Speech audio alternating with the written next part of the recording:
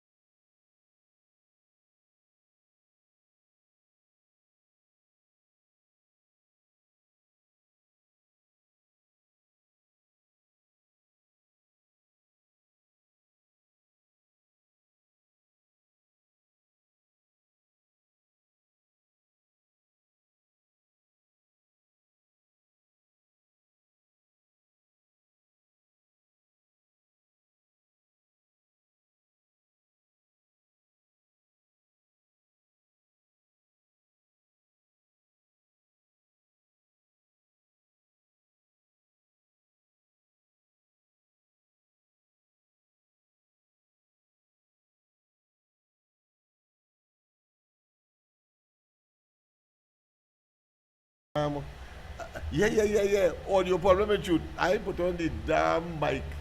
I don't know why that happens at times. But my profuse apology for, of course, I'm sure that they're going to be saying somebody calling again to talk about the audio. Pastor, good night. Welcome to the corridor. Lennox, yes. I'm calling from Toronto. Yeah. No audio? There's no audio. No audio. Okay, right. No, I just put it on. I just corrected that. Thanks very much. Thanks very much. Right. Okay. Yes, indeed. You see, so somebody now called from Toronto, indicating that there is no audio. So that is how far reaching and the kind of reach that, of course, the corridor transformation has. But let me, of course, try to capture in synoptic form what I said earlier. For those of you who may be in a deafening environment, in other words, an environment of silence, when in fact I was attempting to speak by way of my emotions. But let me say categorically that I had ended, and let me just reiterated that aspect of it, and that of course there was of course the cabinet, not the cabinet, but the swearing of parliamentary representatives yesterday. And of course I was saying that of course we have a parliamentary system that of course has two houses. It is called a bicameral parliament, meaning that it is bifurcated, has two parts. And I was referring, of course, when, of course, I was in silence, when I believed that I was not.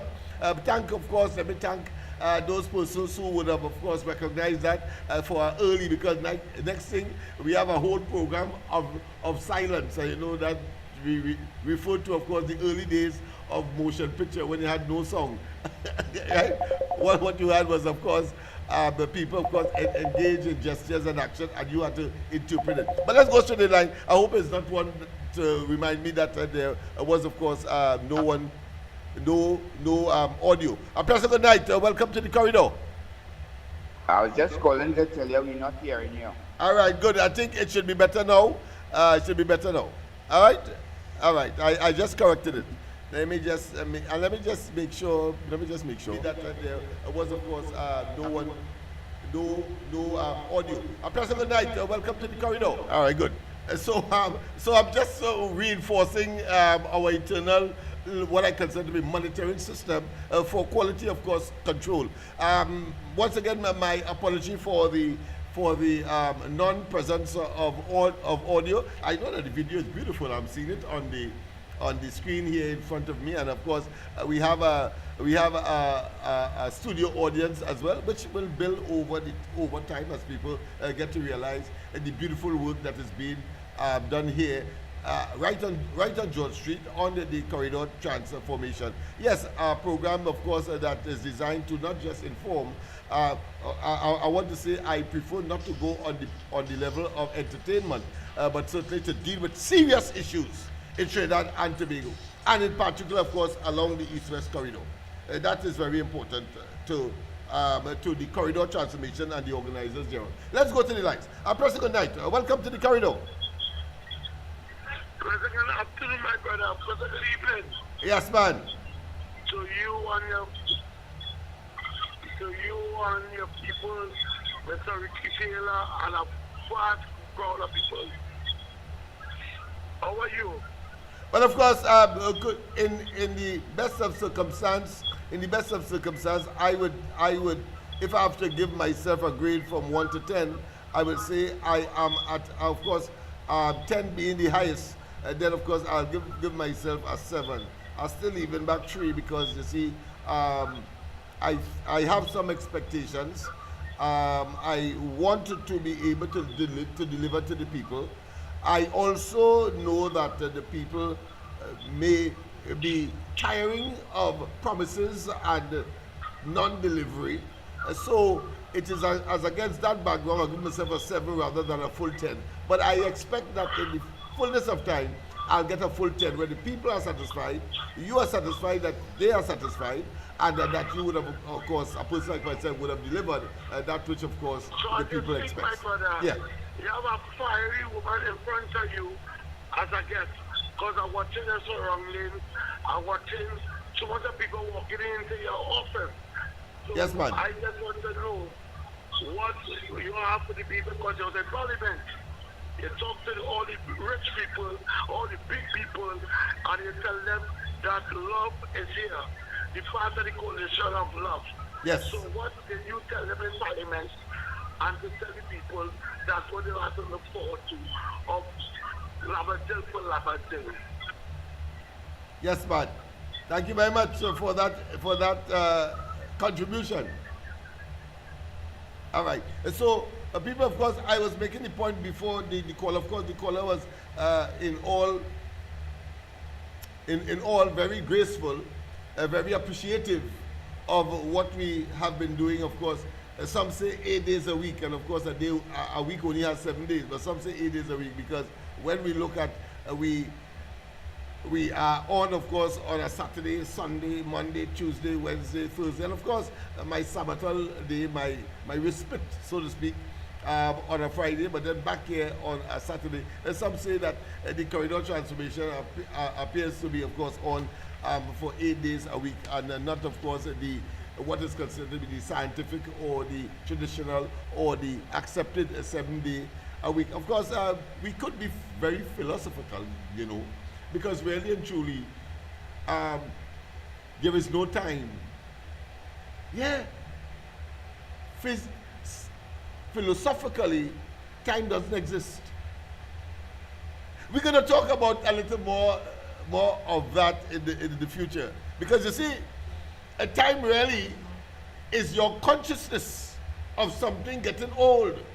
So something might start, of course, with a brand new piece of steel, for example, and then you see it, of course, start to rust away. Oh, a baby was born, and then, of course, it morphs into, of course, adolescent, and then adult, and then, of course, it departs the earth.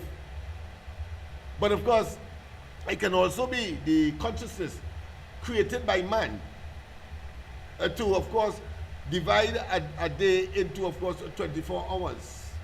And that is how we know. But really and truly, if you move all of that, the earth really is spinning on its axis and then in perpetuity spinning around the sun for 365 days. And then the whole thing goes over and over and over and over.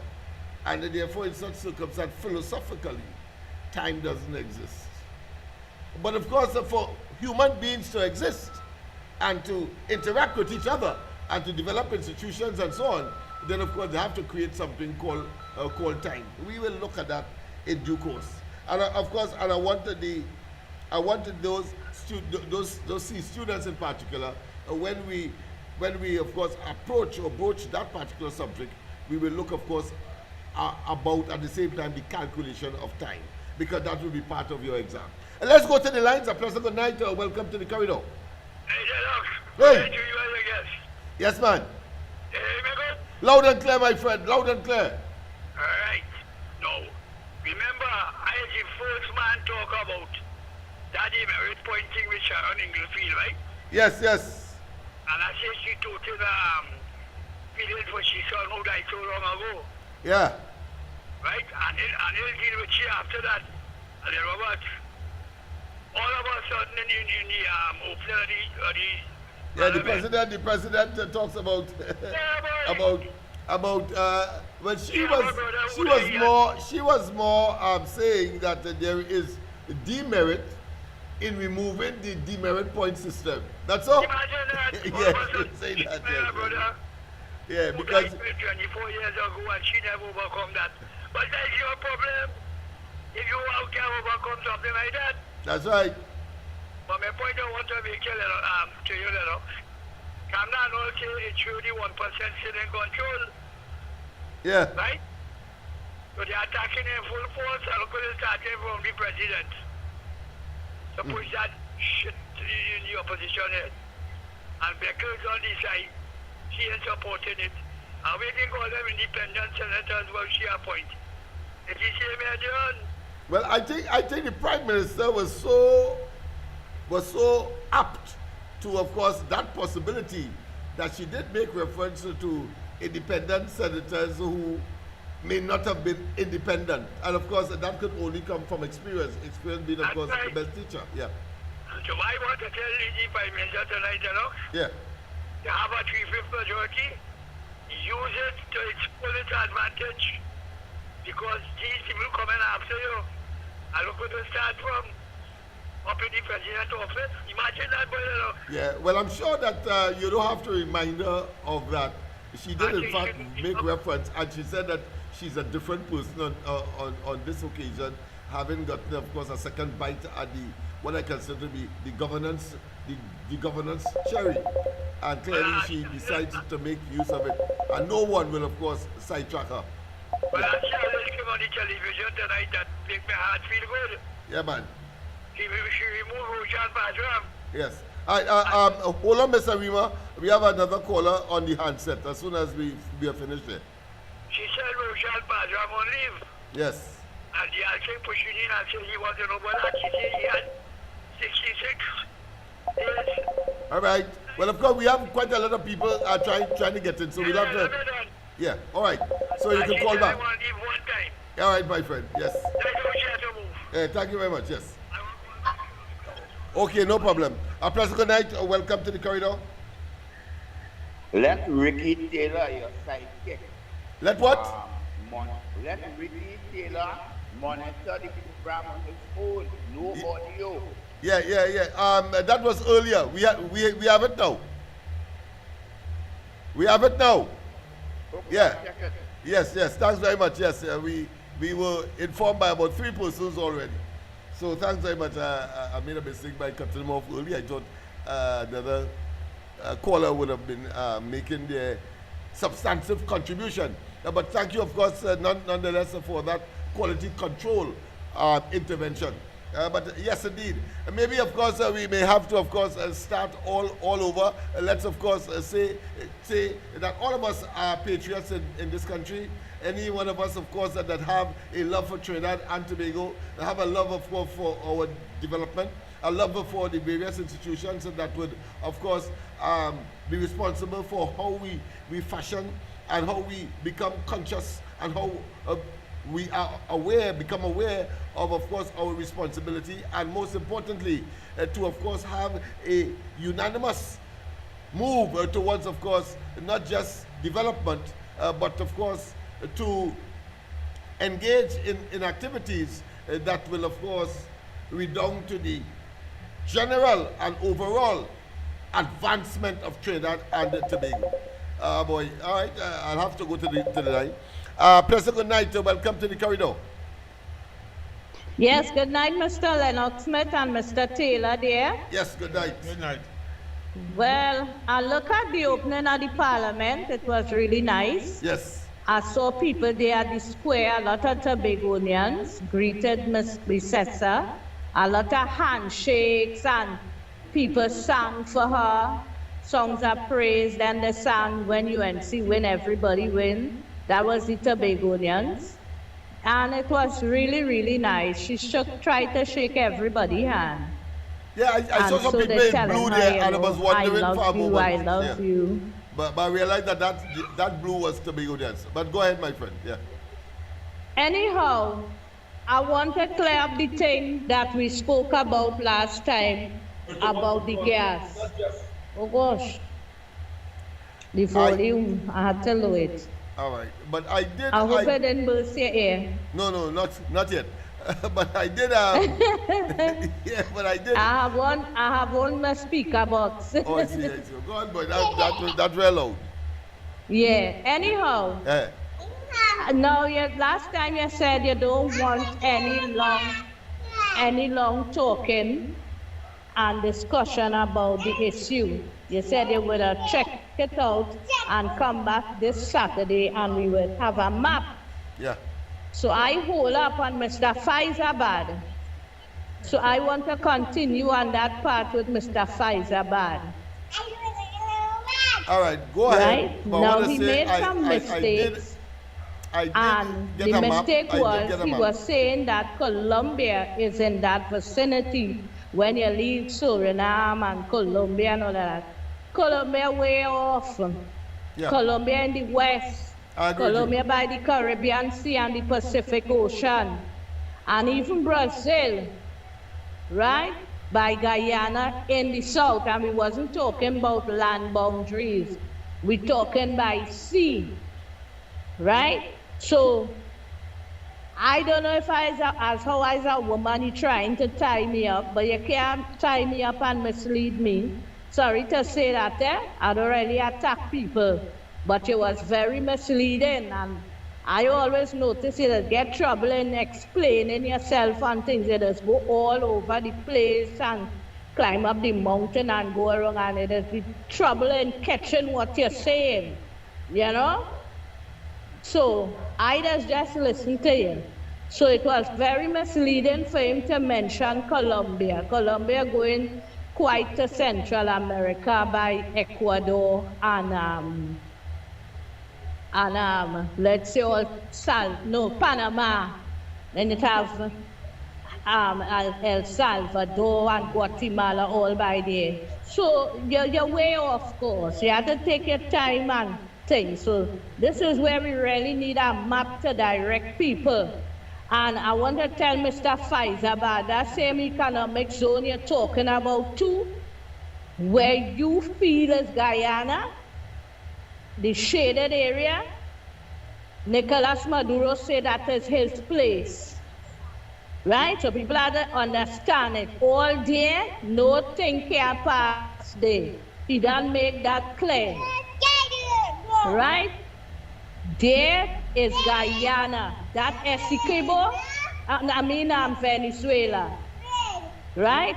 That Guyana, that you all know, where you're saying close to Trinidad by the Columbus Channel, by the Point Galeota. That is Venezuela. And it's a disputed area, and I find we shouldn't be involved in that to get any gas and all this kind of thing. So I'll talk again, Lennox. All right.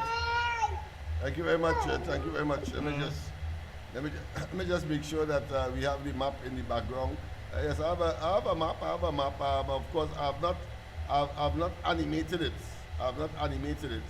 So you won't see any movement on it. But there it is in the background, in our background there.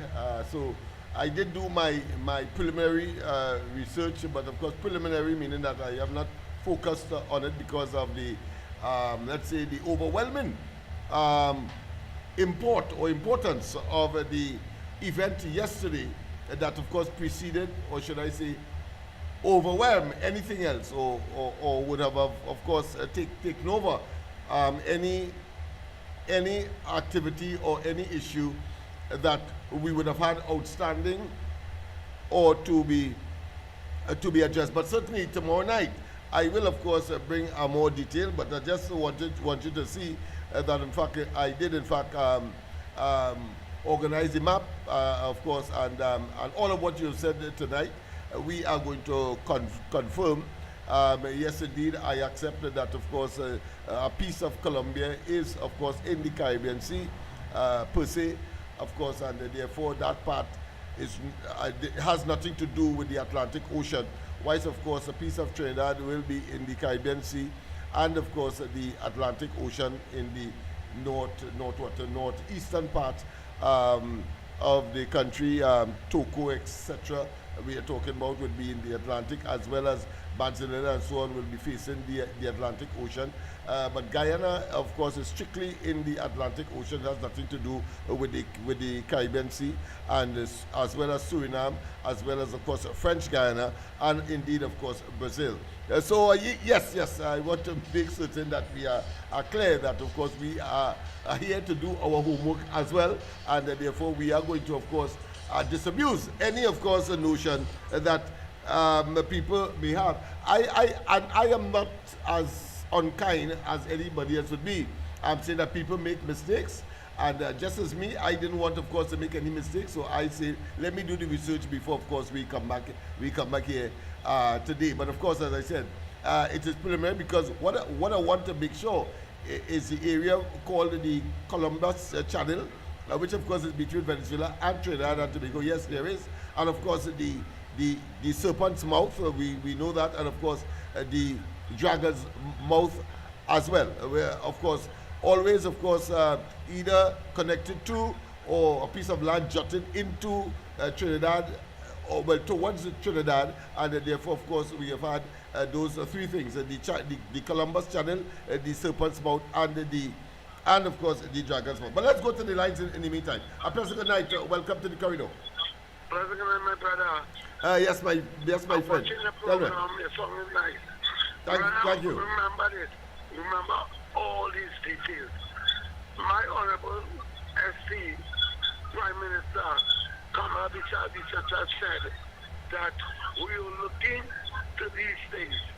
We not sign no MOU. We never did nothing as yet. So people talking about the gas in Guyana and yes. So my understanding is people not fighting the ball. That's what Kamala said. My honorable leader said. So Lennox, you're carrying a great program. You're really carrying a great program. Thank you very much. I just want to take notes from you right now as we speak.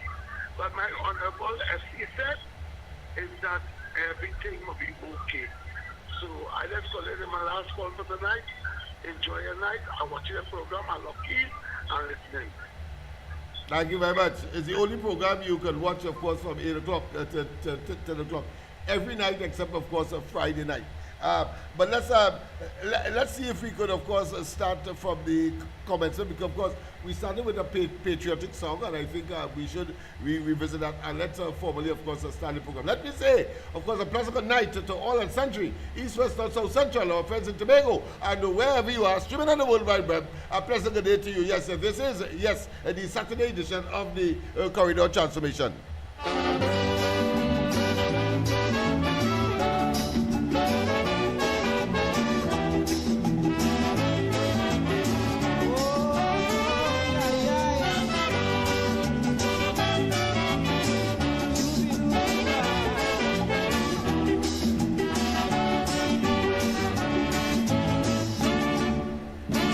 Trinidad is my land, and of it I am proud and glad. But I can't understand why some people just talk it bad. But I know all of them be running them out. Don't know where they're talking about. They will paint your black every day, and the right things they would never say. Like our sportsmen being rated among the best. Our scholars have sit and passed every test, and put us right alongside the rest. But then our pitch lake is the greatest one of its kind. Our sugar and oil is ready refined. So you see, friends, this is a reality on no man's mind. They just talk some nonsense. Me ain't know where they're doing it for. About so much violence, man, you would swear that we're fighting war. Of course, we have the delinquents to face. But just like any other place, look, things that I say about here. Yes indeed, yes indeed. Welcome back, welcome back. And we have the music in the background, of course. Let me introduce, of course, my colleague with his opening salvo, so to speak, as he, of course, speak his mind and what is on his mind. A pleasant welcome, my friend. A pleasant good night to my political leader, Mr. Lennox Smith from Love. Pleasant good night to my leader of Trinidad and Tobago, Mrs. Kamara Prasad. Pleasant good night to all the leaders who was appointed as ministers to run our country. And pleasant good night to the whole wide world who will be looking on at this station, and thank for your support. We supporting this station, and I know personally I've been here for a purpose, because God put me here for a purpose, and I believe my government is in power, and I believe Mr. Lennox Smith, we reach a certain way, a certain point in this program where we've been looking afterward. And at the end of the day,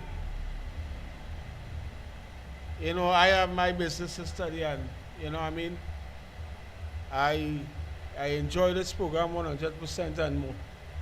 But deep in mind, I mightn't be here every night, because at the end of the day, I seen progress for our people in Trinidad and Tobago. And I know my comrade here will handle the story to the best as he can. Maybe you might have had a guest coming in and, other things happening, but at the end of the day, I have my business to study and I have my milestone to make. So at the end of the day, I won't be here every night again. All right, the people, of course, he's a bit modest. Of course, I'll explain because we changed the format a bit. So that is exactly what he's attempting to say. But I will elaborate a little more. But let's go straight to the line. We always give way to, of course, the callers. A pleasant good night. Welcome. Thank Lennox for your guest. Yes, man. You know, this media in this country is wicked, you know. Because I see TTT broadcast a news clip tonight. Where they show you the local government minister was in the Curate Presbyterian school, cleaning it up and getting that school ready for repairs to be open as one of the dilapidated schools that this wicked PNM government they put on the back door or didn't take notice of in the last 10 years. And none of them carry that story. They only carry that sort of fake agenda news. News. So they carry the one with the foolish talk. Right. They carry the one with reform one. Go ahead, caller. Sorry about that. Yeah, TV6 and CNC3, they was about manipulation and mischief making. Those two media houses. And anything that they say, I ain't buying that at all. But I see for tonight, where the minister, the local government, was in the Pure Presbyterian school. And she was cleaning up that place. She said it was like a jungle before that. And this is how clean the school is there. They just need to repair it and put it into the children's hands so that they can be able to go to school there now. And that's just one of the how much schools that this wicked government, the France regime, they manipulate and shut down. So hats off to Khadija Amin and she good work she doing so far. Have a good night, gentlemen. Yes, indeed. Yes, indeed. And of course, last week we did show, of course, some clips about the reform, of course, Hindu primary school, and I'm going to show it for you again because, of course, it is consistent with our own position that it is disturbing, it is reckless, it is brutal, it is inhumane, it is myopic, it is barbaric. It is, of course, as if persons who were cavemen and women were managing the affairs of Trinidad and Tobago. Yeah, has to be. Because how could you, of course, let millions of dollars lay fallow, lay in waste, and a few more hundreds of thousands of dollars possibly would have been able, of course, to provide a facility for young children and, of course, meeting our educational needs, current and future. But the wickedness of the PNM, you will see further tonight. But, of course, I would show you and prove to you how barbaric, how Jurassic, how obsolete is the PNM in terms of its response to contemporary or modern day Trinidad and Tobago world. And let me just say one time, them people bring back the Balize tie in the house. You know what I say? I said they bring back the Balize tie in the house to catch, of course, what I consider to be ambush advertising. Because when I was growing up, I'll give you an experience that I had with respect to that so-called Balize tie. I'll give you because it's important that our children be not lured by the nonsense that the PNM were trying to project in order just to get government. And when they get it, they then engage, of course, in all kinds of arrogance, contempt, and, of course, draconian measures that is inimical to the advancement of Trinidad and Tobago, in spite of what they would say in words. A person, good night. Welcome to the corridor. Yeah, good night. San Fernando West here. Yes, man. So everything is all right now? Huh? Everything is all right now? Yes.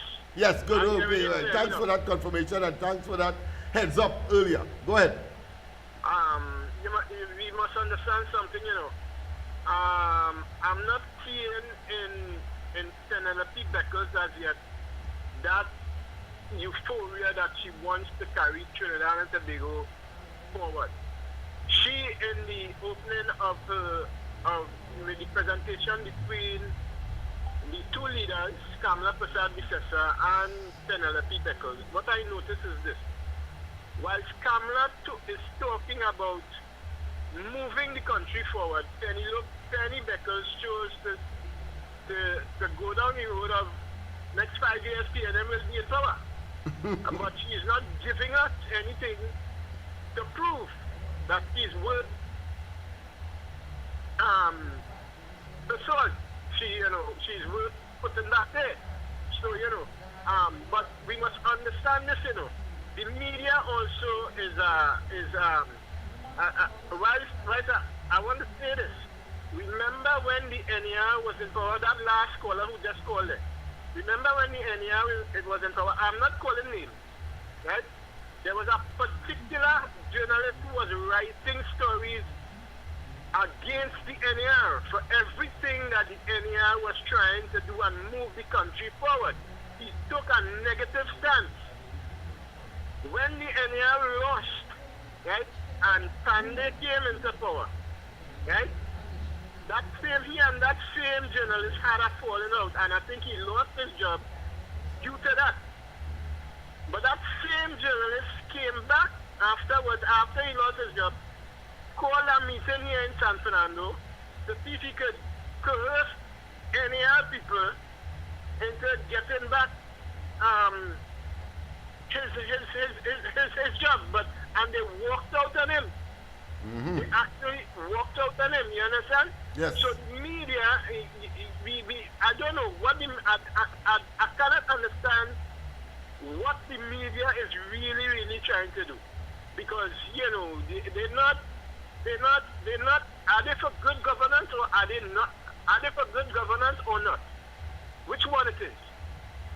If you're for good governance, then you should be writing your stories in terms of saying, of bringing out the truth. But they are not really bringing out the truth, because the PNM, in my opinion, is a corrupted entity.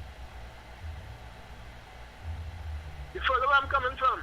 Yes, indeed. Of course, my thoughts have gone to a place remembering the statement made by former Prime Minister, the late, of course, Patrick Manning, when I had a cause to meet with him at his office when it was at the financial complex. But are you finished? Because I will want to comment thereafter. Yeah. Well, that's the contribution. Yes, thank you very much. Of course.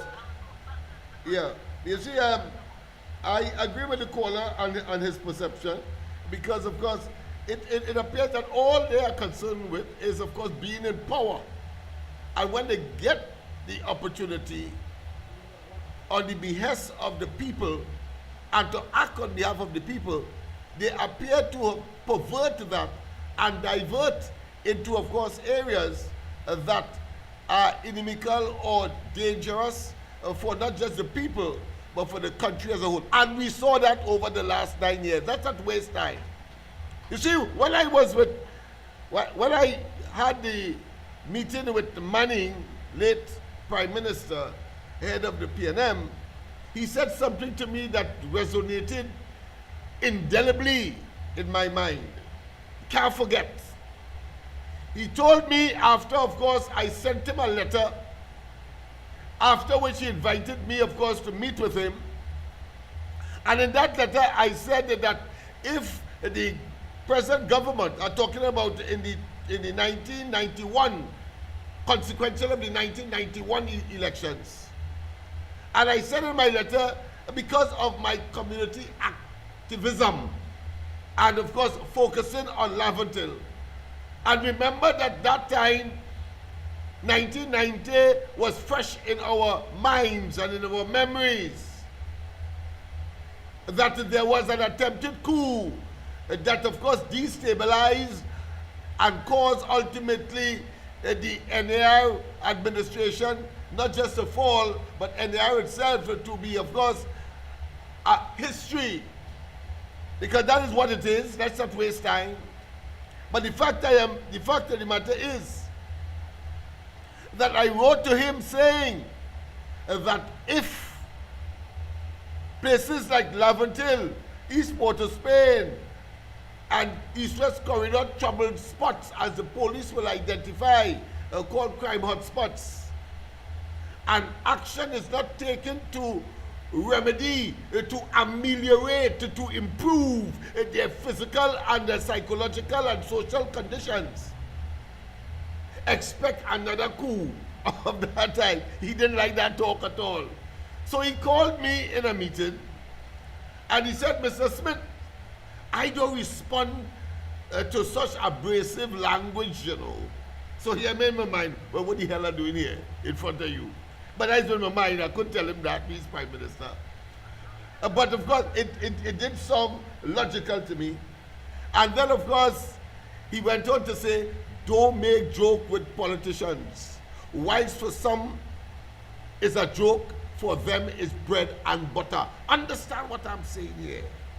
You know what I say? I say, Manning told me, of course, in the presence of my chairman, who was Noel John at the time, an attorney, and he was then the chairman of MLIO, the organization that I represented, and of course, caused a letter to be sent to Manning, who of course invited us to a meeting with him, along of course with my, one of my officials. I can remember that very distinctly, Mr. Ramsey, we would call him. He was the Dean of Discipline at our training facility in Fernandez compound in Laventille. And of course, the Manning said in no uncertain terms, don't make joke with politicians. While for some is a joke, for them is bread and butter. And what I saw only Friday, with respect to Penelope Becker's response, that they are working towards getting back into government. No kind of repentance, no kind of sorrow, no kind of saying, but listen, we did wrong, we did you wrong. And I saw the same attitude with, of course, young Marcel, and he is the new breed, let's say that way, in terms, of course, of his age. So I'll say a new breed of PNM. And they go through that anachronistic, failed disposition. Anachronistic meaning that they are living in the past in modern times. That has failed. And then it went further on Friday when they brought back the symbol, the balisé on the tie. If who didn't have a tie had some symbol, like of course a pin was on Penelope Becker's chest, because she didn't wear a tie. But of course, this woman who feels she's a dolly, dressed like a dolly, had a kind of tie as well. I'm talking about the former Minister of Education, Gus, whatever it is, Dolly. And I can tell you that that is not just a situation where that they are in a state of what I consider to be, as I said earlier, anachronistic or nostalgia, but it has failed. It has failed. And I was telling you that I would have had an experience whilst I was going to school, because whilst I was going to school in Laventille, and while Eric Williams and so on, that's the ending of Eric Williams' reign in Laventille, we saw where, of course, the balisé was placed on their ties. And I always at one time used to think that government and the PNM is one and the same. That is the intention, was the intention, and these people bring back that as if we strip it today. You know what I say? I say that when I was growing up and saw, of course, the balisé on the ties, sometimes I would go in Parliament and see the balisé on the tie. And the intention clearly was to make it look as though the PNM and government is one and the same. Well, I want to tell our young people that, and I want to tell, of course, those who are less discerning, that when you see the balisé on the tie in the Red House, it is breaching a fundamental principle, which is, of course, you cannot wear the symbol of a party in the Red House. If you, as a guest, if you go in the gallery, if you go in the visitors gallery, in Parliament and you show or demonstrate some kind of symbol of a political party, whether it be LOV, whether it be UNC, whether it be, of course, the PNM, whether it be any one of the other parties, including, of course, the TPP, the Tobago People's Party, and the Speaker has an obligation to say, no, we cannot tolerate that here because this is the People's Parliament and there should be no politics here. It should be, of course, discussing the people's business because election is gone. That is why these elected representatives are there, and they are the ones, of course, to represent your cause under a process called, of course, representative government. Representative government, people. But here it is, we are the despicable, anachronistic, and archaic, and Jurassic conduct led by, of course, Penelope Beckers. She had on one as well, where they have brought, of course, ties with a PNM symbol on it to engage. As I said, when I was growing up, I thought government and PNM was one and the same. I never knew then that PNM is a party by itself, just as my own party, LOV, just as called UNC, just as MSJ, just as, of course, PEP, etc., etc. That is a party. And therefore, it is not government, but the ambush advertising that was engaged upon and fomented by, and perfected by Eric Williams. These people going back to that. Well, I want to tell you that you must reject them on the next occasion local government come in.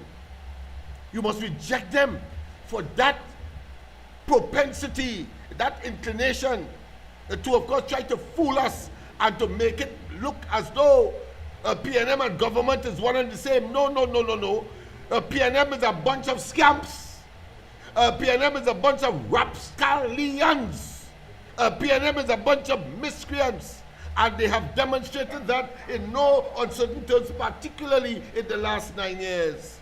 And they therefore don't fall for that. So when they put that in order to brainwash you and to make it look as though the PNM is significant and important, you have to condemn them because they have perverted, they have polluted the People's Parliament, where, of course, there should be no symbol at all or no politicking at all inside of there, because you are there to deal with the people's business, because you have 41 representatives there to, of course, represent your interests, since all of us cannot all in a building like that, or for all practicality, we must have what is called representative government. Understand that. So I want you to condemn. I want you to decry. I want you tonight to write and tell Penny and they that all they are on is power mongering, and they have not apologized to the people for the evil that they have perpetrated on the people of Trinidad and Tobago over the 9 years that they were in office. And that therefore she is proven to be no different to any one of her predecessor, immediate and distant. Immediate, Rowley, and of course Young, because he had on one as well. And just in case you don't believe what I'm saying, I thought I should put it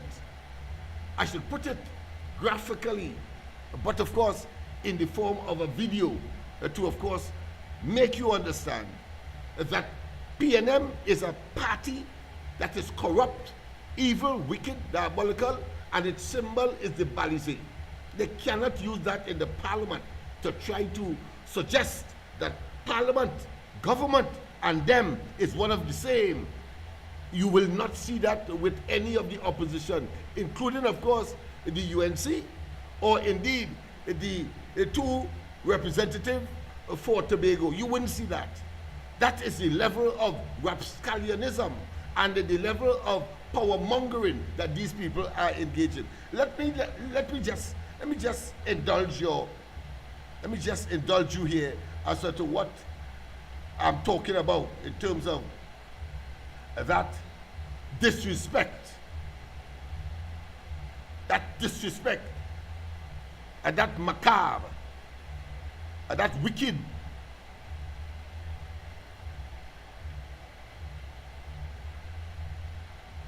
Yes, indeed. So there we have it. I will remove, of course, ourselves from the picture so you'll have a better idea as to what is happening, and watch at all of them. They have one balize on their ties in the parliament. That is obnoxious. That is wicked. A burning and deteriorating balize. They must be relegated to the dustbin of political history in this country. That is what they are heading for. And when you are evil, evil will follow you. And there's another saying, of course, evil cannot prevail over good, and good has taken over from the evil PNM in the present circumstances of Trinidad and Tobago, led by Kamala Prasad Bissessa, the UNC, and of course the coalition of interests. Look at it. It's most despicable, all of them, trying to hoodwink and brainwash all you to somehow believe that they're still in office. You must not fall victim for that kind of hogwash and that kind of what I consider to be, all of them being in the state of manic depressive psychosis. Let me repeat that. Here is a big term. It is, of course, a psychological one. All psychologists and psychiatrists will know them. But of course, manic depressive psychosis. Manic depressive psychosis, that is what they are. They have lost all sense of reality, in other words. All sense of reality. The reality is that they only have 13 in the 13th Parliament. Just imagine that, like there's something, what I consider to be devilish about 13. Devilish, because here it is, we have the 13th Parliament, but there's 13 of them alone inside as opposition. In the best of time, let's not waste time. In the best of time, in recent times, the PNM could have only mustered up 23 seats. You know what I'm saying? I say that in the best of times, the PNM could only muster up 23 seats in 2015. And then, of course, when one thought that being in government, they have the advantage, and therefore, as incumbency, they would be able, of course, to advance their cause. You know, they get one less. You know, they end up, of course, with 22 seats in 2020. They get 20, they are telling you, they get 22 seats in 2020. So they were in decline, not in advancement. And here it is, of course, this is the creme de la creme. This is the crowning deviousness. And let's put ourselves in front. I think you would have gotten enough understanding as to the point I am making with respect, of course, to this despicable group of decrepit individuals who, of course, have lost all sense of morality, all sense of political, what I consider to be advancement, political, what I consider to be currency. Don't. And then therefore we must defy, and tell them as it is. Of course, the lines are open, 337-6940, 337-6940. Huh? You're saying something? No. We have a lady in the audience today, and you know, our deputy speaker want to the deputy political leader wanted to speak. So I believe we will give her 2 minutes or 3 minutes or so, because we are into some serious matters here that, of course, we had already planned. We didn't plan for this, but certainly come, lady, come.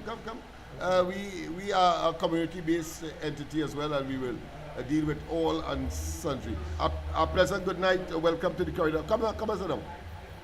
Good night, Lennox, man. Yes. This is Granny. Yes, go ahead, Granny. Your program. Real good and great and nice. Thank you.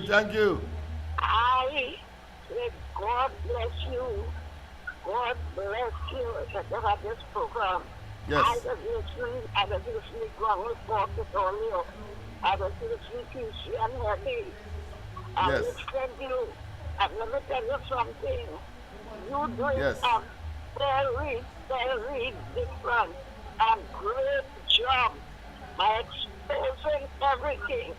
Yes. That I know that Granny, this is Granny, that Granny know about the PNM from Eric Williams. Right. And you doing a real good job on that. God bless you. And God send you to let the people know what is taking place in this country and what's taking place. God bless you. This is Granny. Yes. Thank you. Thank you. All right? Thank you. Yes, indeed. Of course, even Granny is upset. Even Granny says it is despicable. Even Granny is saying that it's undermining, of course, our democratic process. And, of course, an undemocratic move by the PNM in this contemporary time. While, of course, we have a lot to say about Rowley, but at least he understood, of course, the significance of doing away with, of course, any symbol of any party inside of the chamber of the parliament. And for a lawyer who, of course, Penny claims to be, ought to be familiar, not just with our constitution and not with the arrangement, but with the principle of not having any symbol of a party inside the elected representative chambers, because it's the People's Assembly. A pleasant good night. Welcome to the corridor. Good night, Mr. Lennox, and good night to everybody who's on the program and everybody that's in life. Good night to everyone. Mr. Lennox, listen. You see them 13 parliamentarians who go with this stupid piece of bush on the chest. Yeah. You understand? Yeah. Let me tell you something. I heard the Honorable Auntie Kamala make a statement, right? And Yes. I am telling you, watching these 13 persons here, that there will be no more PNM again. Because what? Think about the EBC. It's about a particular individual. I think he's a lawyer that Kamala then bring into the fray, right? I think his name is Alaha or some kind of thing. I don't know his name so good. Yeah. And I think they're going after the EBC because I think my opinion is that Kamala and them is going to level the whole place and make it a real plain level field because they have a 2/3 majority right now, right? And Yes. of course, they could always get from Tobago to because they're married to extra seat, right? So PNM would be no more. That is the end of PNM. But yet You they have, understand? of course, So dug them their have own no grave. chance again. They That have is killed themselves they will and never dug see their own another grave. election. I mean, they will never win another elections in Trinidad and Tobago as long as you have a fair, level playing field. And that's going to happen. Thank you very Anyway, much. good night, Mr. Lennox. God bless. Thank you very much, my friend. Thank you very much, of course, for your very sagacious intervention. And well, you don't need to be a rocket scientist to understand that. But of course, someone who understands it, of course, must be given credit. And we have to credit, of course, that caller for understanding that it is about a shooting, and sorry for using the term shooting because, of course, of the violence that is in the society, but I think it's very appropriate. They're shooting themselves in both feet. In both feet. You have a comment to make, my friend, on that despicable display of Balize plant or symbol of the PNM in the parliament? Well, from my heart, I believe the PNM will stand a chance in the politics arena again. And this man, the gentleman who just speak there, he speak the truth. And what you say, it has certain things we can't indulge them people in. Because at the end of the day, when them was in power, them was not indulging me in certain things in parliament. Especially Mr. Rowley. He put in the tail what he don't want and what he's supposed to do and what's going on around your organization. So why they want to come to play Russian roulette with me when there's a dead party? So I believe where my comrade Mr. Lennox speaking here is really the right thing, you know what I mean? Psychology they're using against us. Compiling book like he's so, and they're so proud about, yeah, we know you study education to rob people. To hypnotize poor people's mind to make them, to make them feel like your education so good. You could run this country. But in the whole, you're putting me, you're oppressing me. So when you do that now, you come to the to try to show Parliamentary people, them PNIs, you know, them Nikes, PNM, Nikes and them. Yeah, what happened? Gather your, I don't want to say, gather your arms and ammunition. We're back in the playing field. We coming to show you. We standing here still with all you. Standing what for shit. To make people feel like, you know, you could fight against this party, Miss Kamala party, UNC party. Come on now, man. Come on now, people, don't fall for this stupidness from this government. This government go on and lower the white line and telling all you. You can't still see it. Right now, I'm watching the white line there. I can't still make it out in the road. So, them can never win the next election in this party, in this country. It come like, Robinson do some things in this land. It was good, he get certain things, but at the end of the day, when he come out of power, that was it. No more INR. You know, there are certain parties in this country, when they come out of power, like PNM, after when they do all this wickedness to people in Trinidad and Tobago, at the end of the day, the people are supposed to realize that is it. We can't go back in this space again. There's 13 members and the local election will coming up. Them looking to see if they can get into your mind. So this is a start by everybody come looking well decked off with a tie, woman and man, looking so who have books in the hand and trying to make it look so unique. But I believe my government will find a way of how to fight these forces of away, you know, and the people in Trinidad so realize it's just a game, you know, and we ain't dealing with that right now. That's why I had to say about this right now.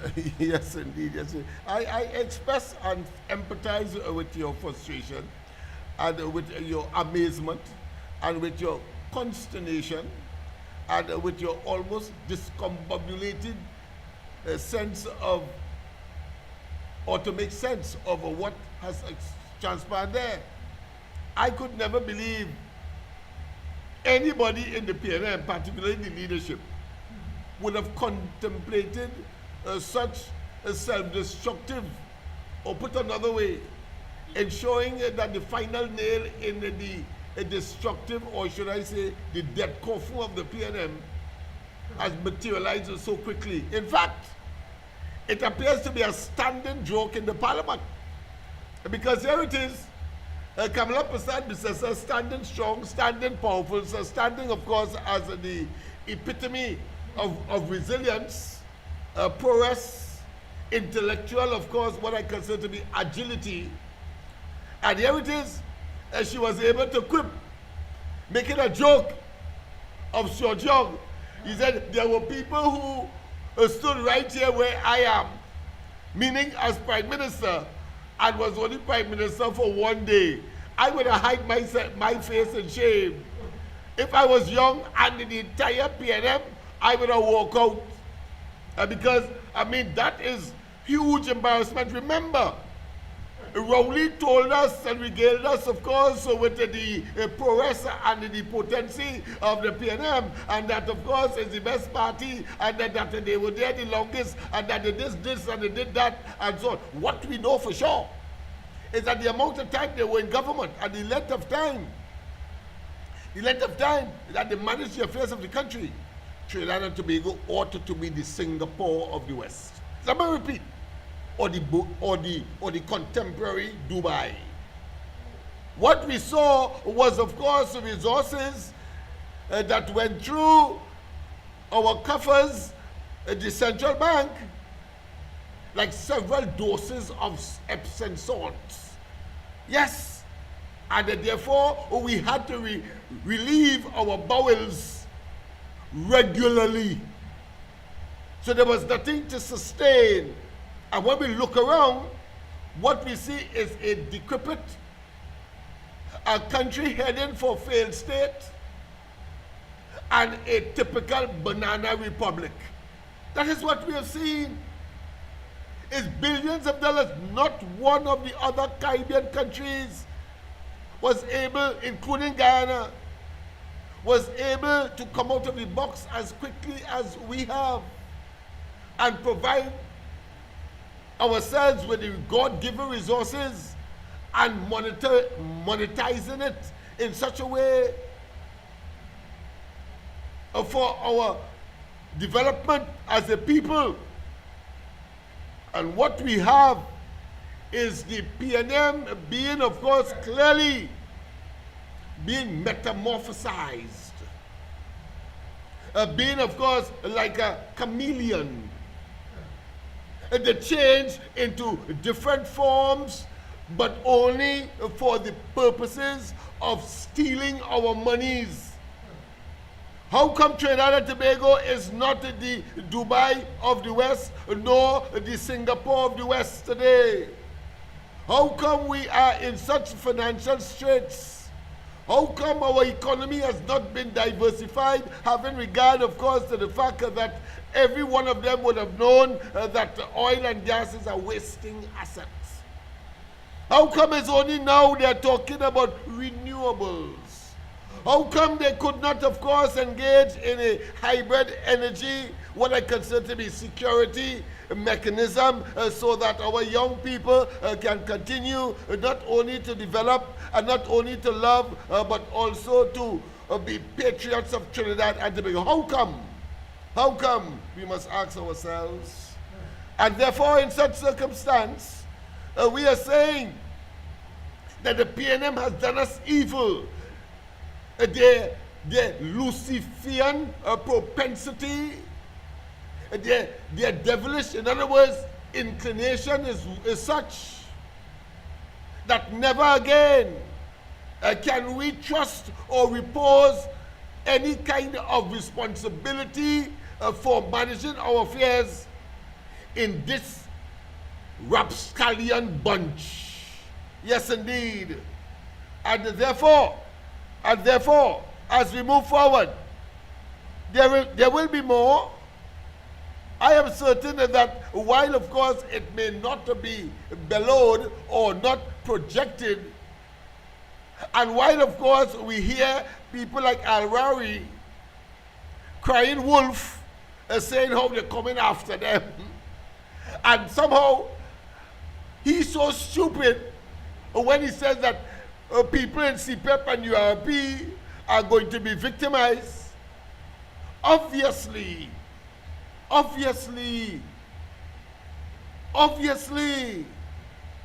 referring to the fact that they would have put political appointees in these institutions, but don't want the UNC to replace them with their own political appointees, getting on, of course, as a consummate backside or ass and a half for a politician of experience. I could understand why he took so long to get his law degree.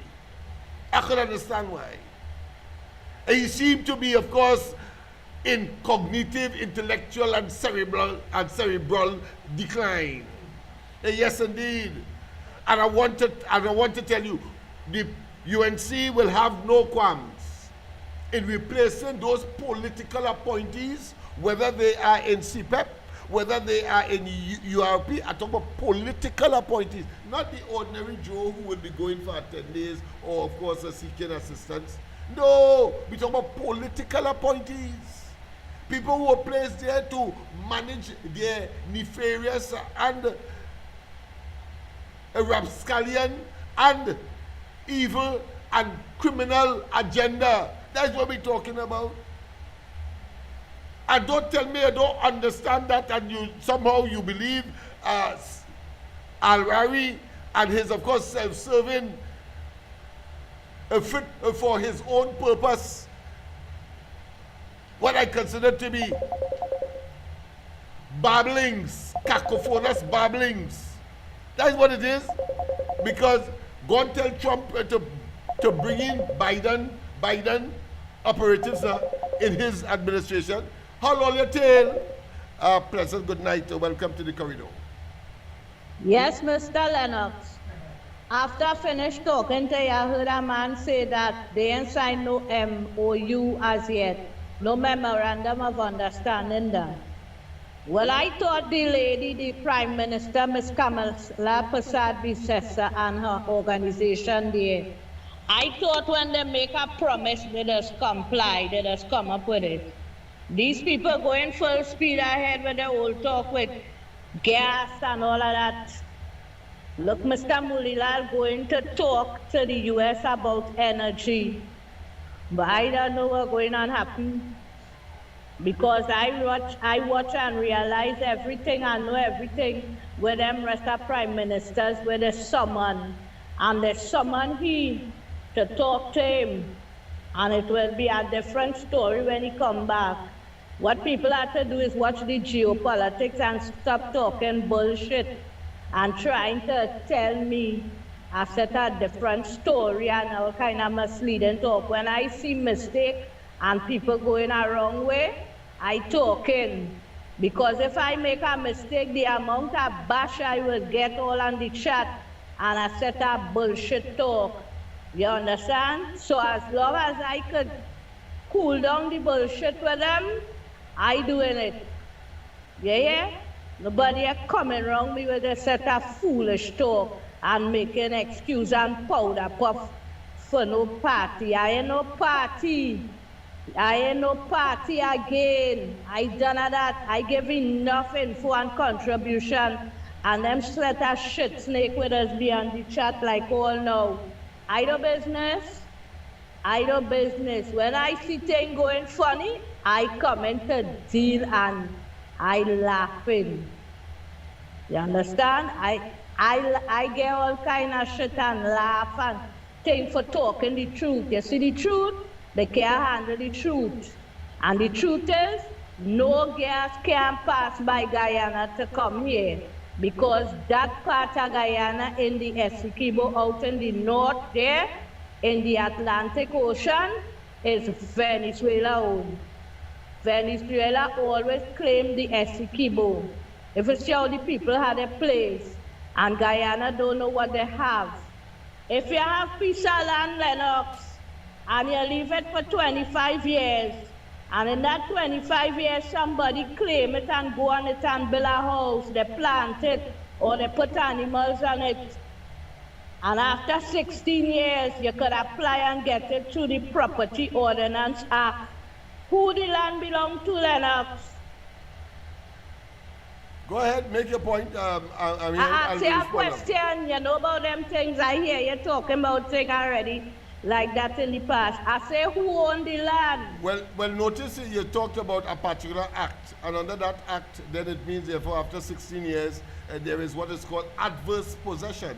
That's right. So, watch me. But not countries. Venezuela always there, and Guyana always abandon the places where they come and they find the oil and gas. Venezuela know about that. But they know the beauty and the riches in that place. They're not going to allow nobody to come and take the thing. No. They always taking care and occupying the Essequibo. People had to learn and see how serious this thing is. They make a lot of money off of tourism with that land, because it has the most unusual mountain in the world. And they have the highest waterfall in that mountain called Araima, right? The highest waterfall in the world, which is called Angel Falls. You think them giving up that land, and then the seawater is theirs too? Man, I find people talking shit, yes? Good night. I hear you, my friend, I hear you, but there are those whose history and their knowledge of the history is, of course, contradictory to yours. Because, of course, if you go to any geography book now and you ask where is Angel Falls, they will tell you it is in Guyana. All right? So I just make that point. So, of course, to tell you that you may, of course, have to revise your historical understanding as to what has transpired. And, of course, the historical antecedent as to the Essequibo, and, of course, with the colonial past, the role of the Americans, and of course why it is that it is now seen to be Guyanese. And more importantly, the matter is before, of course, the International Tribunal to treat with such matters, as of course Guyana went to Venezuela, put in a presence and a defense. But of course they asked for the status quo to remain as is, meaning that it belongs to Guyana. Let me repeat, it belongs to Guyana. That is the status quo as far as the court is concerned. And that there should be no belligerence. Whilst you may have bellicose language, meaning that you're talking about war talk, but don't actualize it. And what Venezuela is doing is playing with fire. And of course the firepower of the United States. That's all. But check again. If you want, I could check it for you right now. The highest waterfall in the world is located. Let me for that reason, let me consult my phone. Let me consult my phone and hear it for yourself. Let me consult the phone.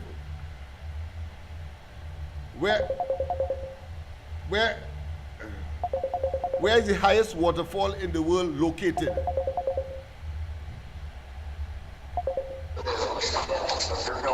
Just hold on, caller. Just hold on, caller. Let me just get. I'll have to. Just, I'm trying to prove something here, so let me just deal with that first. Where is the highest waterfall in the world located?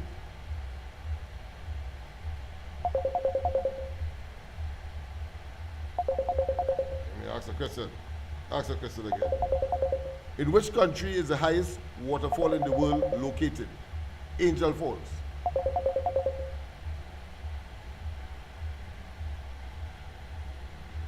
Well, like my internet kaput or no? Let me make sure.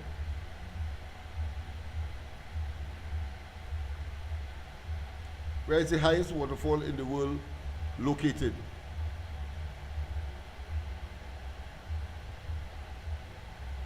Connection was interrupted. All right, okay. They say that the connection was interrupted. You know, AI will give you all the information. I want the phone to speak for itself. I could get it on the. I could Google it and get it, but I would prefer the phone, of course, express it. Where is the highest waterfall in the world located? Angels Fall. All right, I guess there's some problems. All right, let's go to the lines. Pleasant good night. Welcome to the corridor. Right? You're the hard nut to crack, boy. I try to cut you off, and you keep coming. All right, let's see. Pleasant good night. Welcome. But I was going to tell you, Angel Falls and all that. Yeah. I'm aware, but I was going to let the telephone, the phone, tell us and where it is located. But in this day and technology, everybody have that in all the Lennox. You can't expect it. If you ain't getting it, the other people ain't going to know too. Well, no, we'll see somebody say no. So I was going to prove that. And if Maduro's spare got out of his thoughts and start anything bacchanal with Guyana, they to invade it, that war will start in the morning for breakfast and finish by lunchtime. Because in America, moving, they could decimate them in one day. Right. It's less than half a day. You're sure right. So they do that. That I agree with. In office now, you dare not try that. How good night. Yes, my friend. Yes, my friend.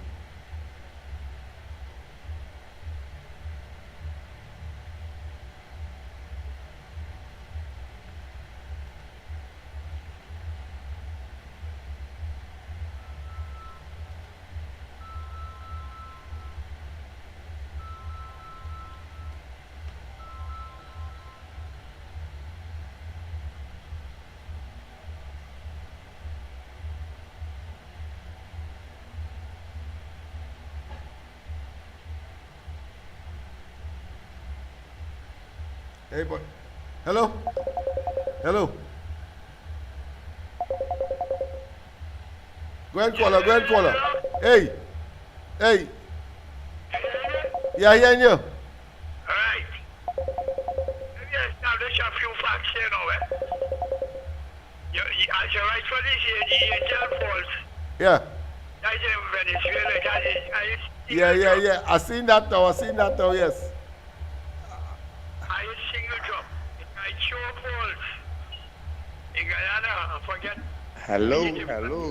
Just hold on, caller. We have a caller on the cell phone. Beautiful. This is very interesting. Go ahead, my friend. Go ahead, Mr. Yeah. Dagrigo, yes. Hold on, Dago Martin, hold on. I'm trying to get it to Mr. Thing here. We have a very interesting situation here. Go ahead. Let me tell you something now. Yeah. The Essequibo River is 600 miles long. All right. I can't remember the width. This is why when they had the controversy last time, Mufalani take out the map out the pocket and say, this is the map of Guyana. And all of them, they know that. That is Rowley and all of them, right? All right. You know, Granger and them walk out the Parliament in Guyana recently. Yes. Have they been discussing that again? All right. Yes, the region belong to Guyana, and there is that. All right. And I central the city. And is that? I don't know who talk about that. That was established in 1897 by the British. All right. The Chicago region belong to Guyana. All right. And as somebody else call and talk, you might do what he could get. But you only play the ass Lennox. I hear you. But you really don't threat to nobody. And then I hear them talk one time. It's all this mafia was so talk about Rowley and them was talking about. And question not stand on them. Yeah. That was happening right here. Look at the amount of pilfering and money that's going on, that losing. Yeah. And camera exposed. Okay. You think if you belong to a mafia organization, All right. you could call out of them? Can't do that. The next morning you're dead. All right. We only talk about the question of strand, even cook some musso and everything. Shit, you talking. I hear you. Did I write you a wrong time? All right. What? Yeah. All right. Thanks very much. I want to get back, of course, to correcting what I would have perceived to be something different. So, go ahead. Caller, on the line, go ahead, and afterwards I'll make my comment. Okay, this is Diego Martin. Yes, Diego Martin, go ahead. Yes, go ahead. Sorry, yes. A couple of issues I wanted to talk. Go ahead. It was a brilliant ceremony opening of the 13th Parliament. Yes, man. But And you of know course, we what? had 13 oppositions. Right. But you know, 13 Members. 13 is a kind of number day. I don't like this called Black Friday 13. Yes. All right, listen to this. You know what I didn't see in the ceremony? Who's that? Was the former president and the former prime minister, KCR. Yeah. That's true, yes. I saw her predecessor as far as the former president is concerned. I saw Komona there. Yeah. Right, and I wondered why KCR didn't come. All right, putting that aside, I'm going after the press. I think her actions is hypocritical. Equal Opportunity Act, basically done by the Pandey administration in 2000. 3 years ago, there was a case where a challenged person who is an attorney by the name of Vera Bagan was discriminated against. She was not given the opportunity to do her job, even though she was appointed by the then president. Right. She had to go to court, and she won her case unanimously in the lower court and in the Court of Appeal. Now, That created a lot of hype 2 years ago. The EOT Tribunal chairman was a former PNM senator. I don't want to call your name, people could go and see who that person is. What happened there in the judge ruling in this particular law court? He said Vera Bagan basically was discriminated. And what the judge said in a written judgment, it was hate. Now, you have a chairman of a tribunal basically being castigated by appeal court judges. Yeah. And our president did not do anything about it. That person was not faithful to the laws of Trinidad and Tobago. She's supposed to have been dismissed forthwith. So I want to know if this president continues to spew the gospel of the PNM. Because why I say she's hypocritical, she has done a noble gesture by appointing one of the disabled person as a senator. That is only one part of it. Yes. If you have high office holder violated the Equal Opportunity Tribunal and unfaithful for the laws of Trinidad and Tobago, you have to dismiss them forthwith. And Vera Bagan was appointed by the former President Lee. Yeah. And this sitting president had the opportunity to suggest to the Chief Justice what is going on. For the Chief Justice, who is chairman of the GSC, to advise the president to fire the Equal Opportunity Tribunal chairman. That is why I am saying this current president is hypocritical in action. And that noble gesture she makes, that is the cover for true intention. Because she has erred again with appointed the independent PNM senator by the name of Vera, who brought the judges, appeal court judges, and the diplomatic corps. Mr. San Fernando, just hold on. Mr. Diego Martin is completing his presentation. Go ahead, Mr. Diego Martin. Into dispute, both the Chief Justice and the former President did not investigate who were those judges, if they actually communicated with Vera or Vera was telling the truth. So something has to have happened there. It's to fire Vera, which the President has the authority to do, or the Chief Justice to act on his appeal court judges if they get it done in the political guile. So I will continue to agitate for the people to understand we have a partisan PNM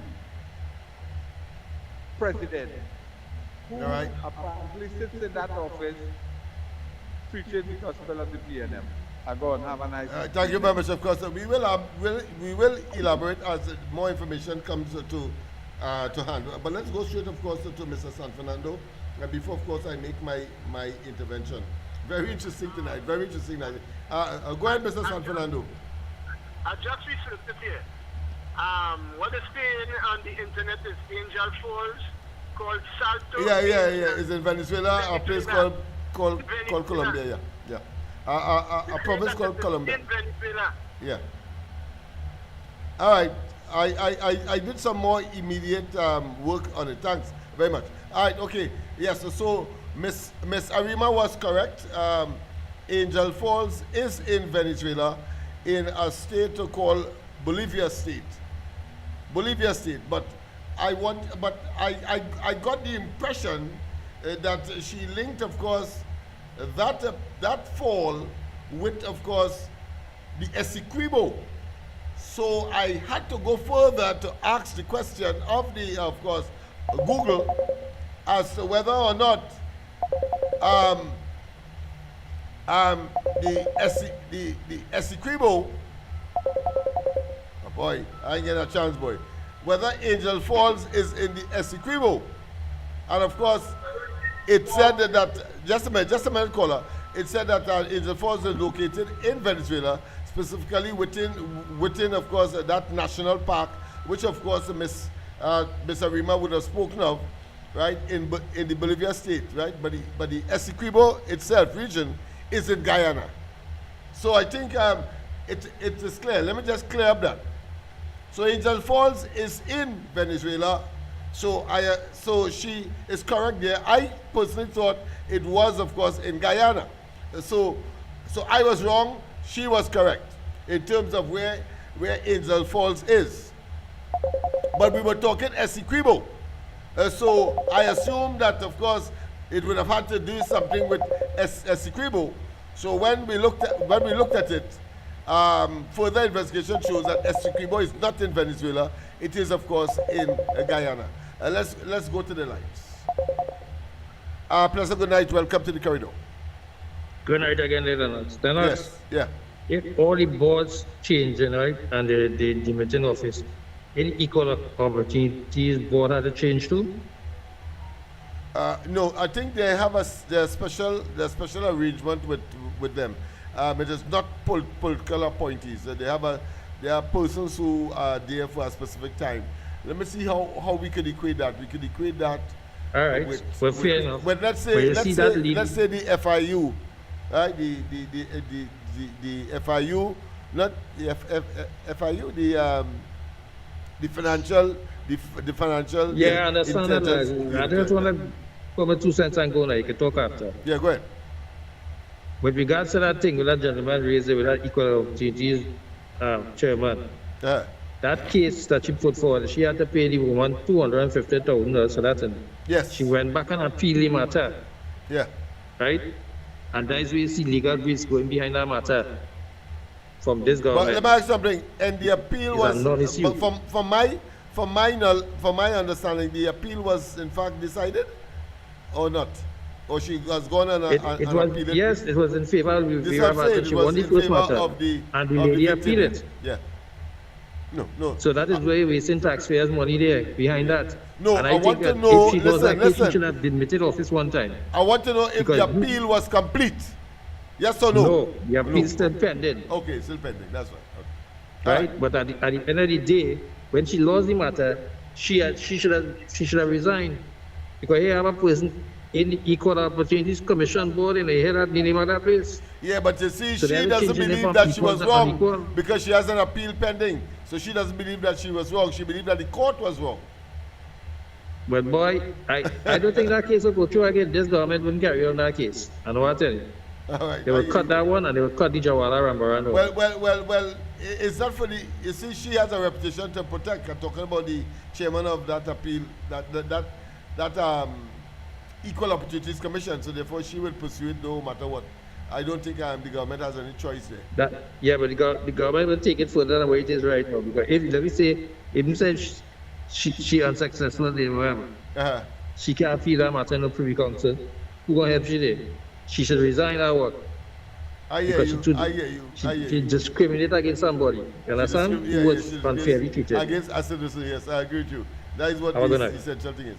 But on principle, the court of first instance findings, I think she should really contemplate departing that office, if only on principle, because that is a serious matter that came up, and the court of first instance found her guilty of being discriminatory against, of course, a person who is differently able. All right, so that is so that's as far as it goes. Let me just say again, the Angel Falls is in fact in Venezuela.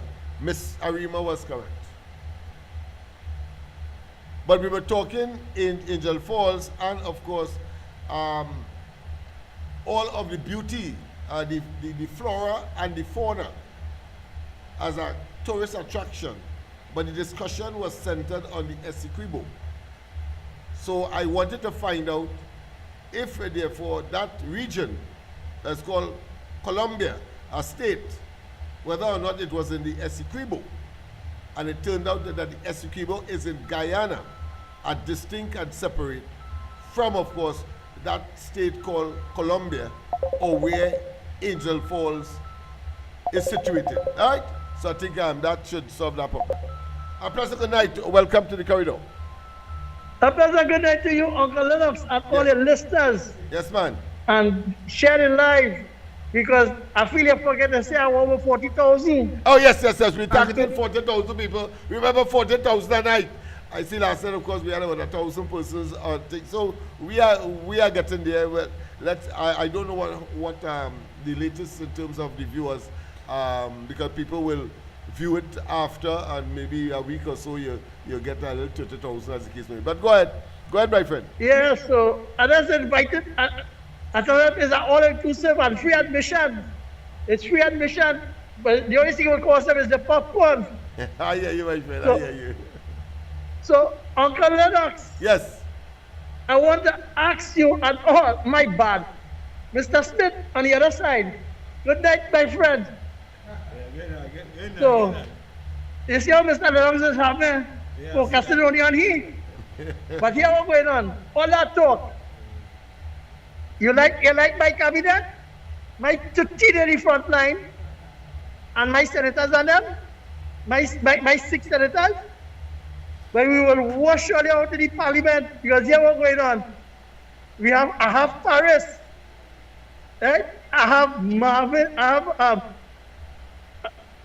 I have, just imagine, Brian is up on the upper house, and then Marva is the chief whip, and then Camille is down in the back, and then I have India and Stuarty to come up all in.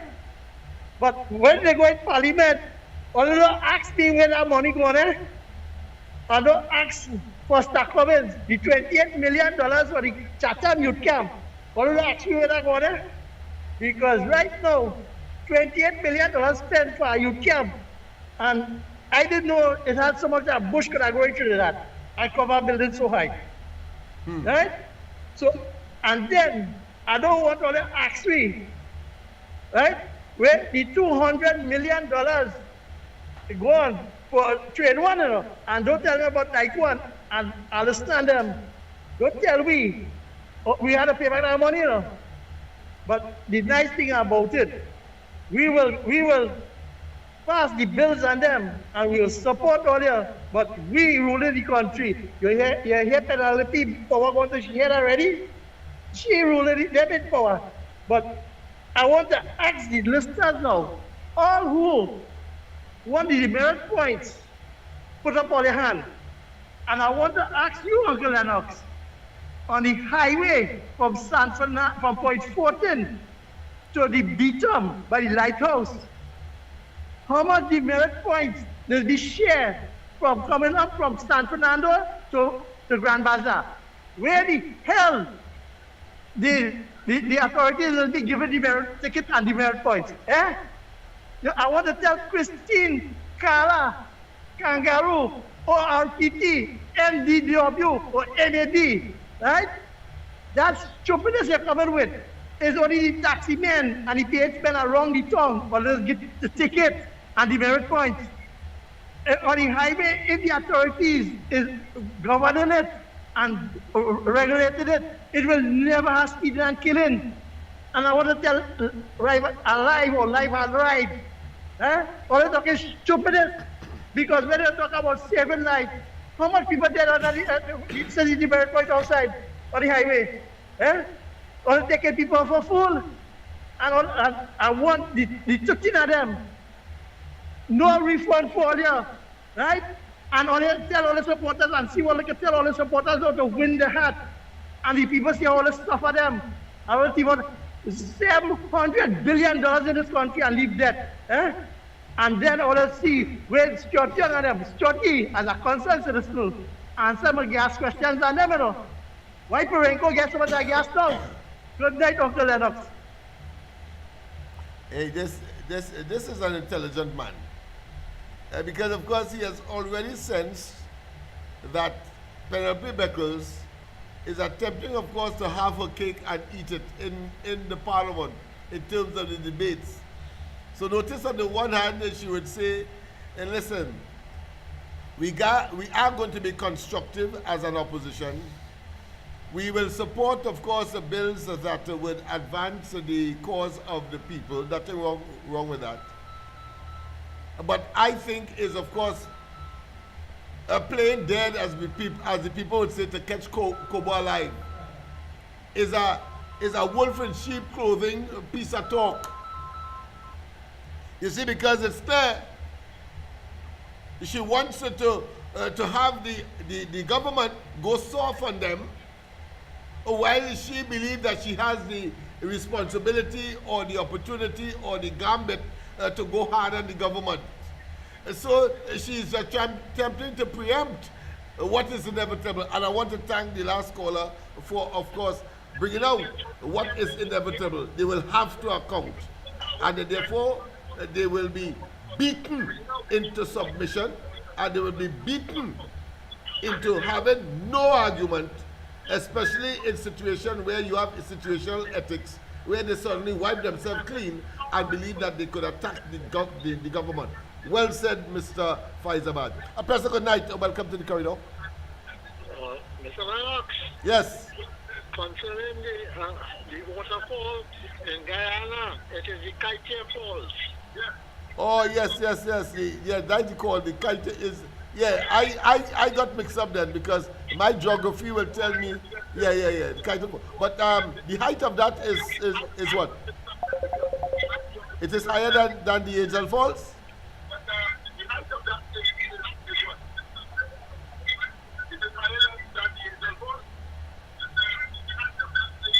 I think so.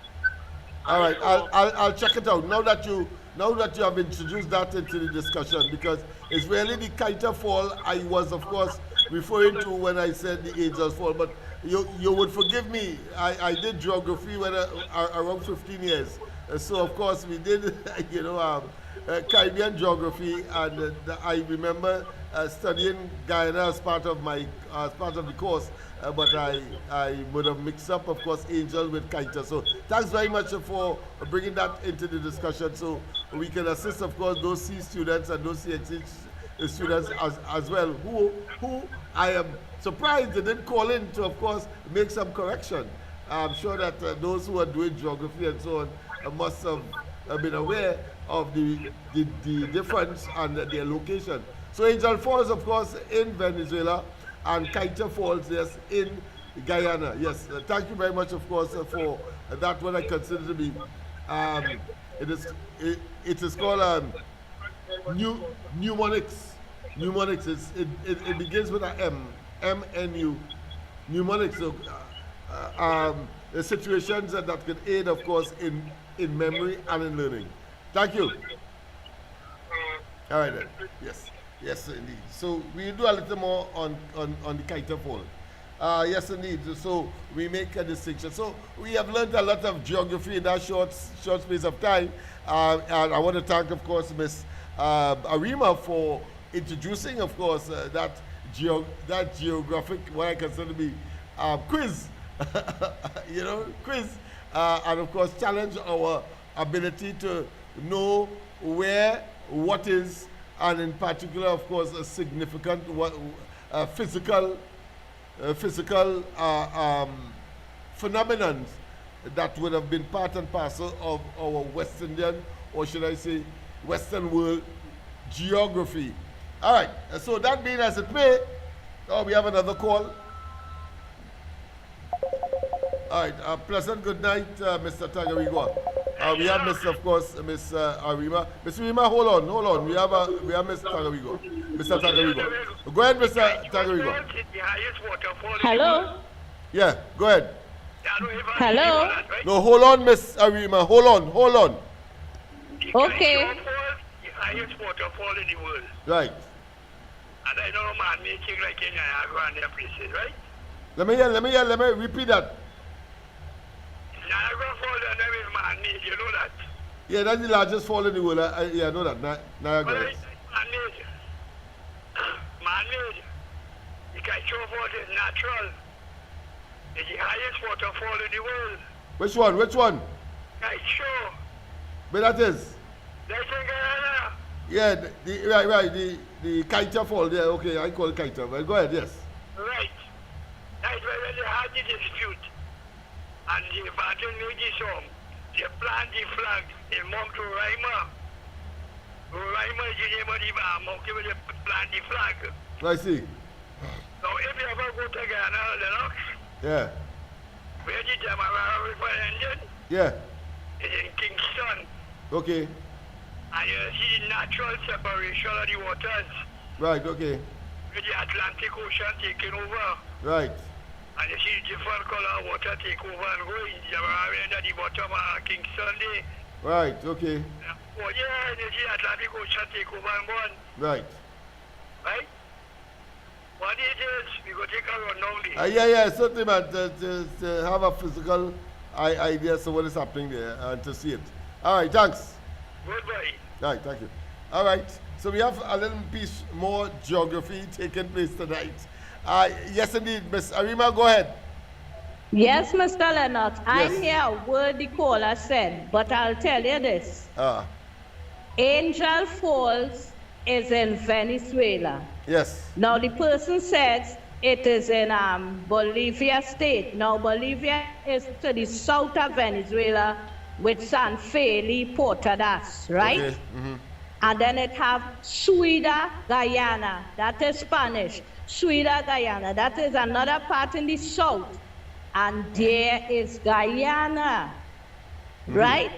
If you go on YouTube, you will see the Angel Fall on top the flat mountain, as they call it, a tabletop mountain. Yeah, I seen it. I seen it. Right? It's called a plateau, it is in the south, in the Essequibo or Essequiba.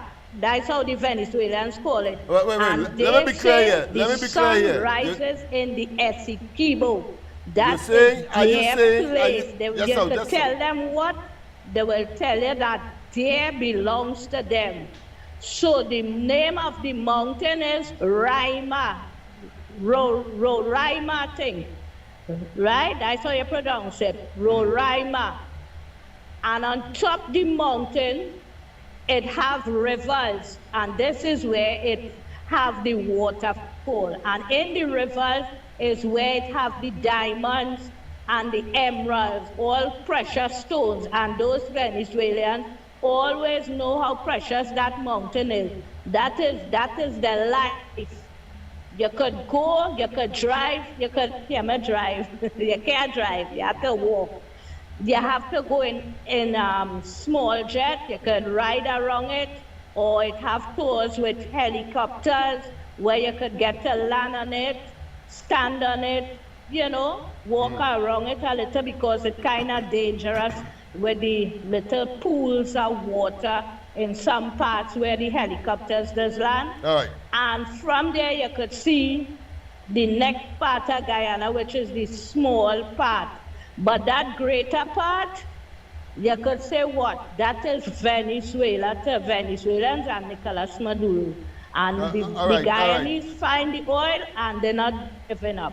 All right, good. So let me ask you a very simple question. Is Angels Fall in Guyana or Venezuela? Venezuela. It's in Venezuela. Right. Essequibo in the south, right, where it's bordering with this country. Down in that southern part, it's bordering with Brazil. You see, there is heavy jungle. It have tiger, all kind of thing inside of it. All right, okay. So when you're talking about the Canaima, I pronounce it Canaima. No, all you have all their own accent. That's a national park where you say it has plenty visitors, etc. In the Grand Savannah region, of Bolivia State. So they say that that is where the Angel Falls is. Exactly. Right, okay, good. And that Angel Falls, Angel Falls is not in the Essequibo. Is it so? It is in the Essequibo. Essequibo, this is what I'm saying. But that is Venezuela. The Venezuelans tell you that. Oh, for the Venezuelans?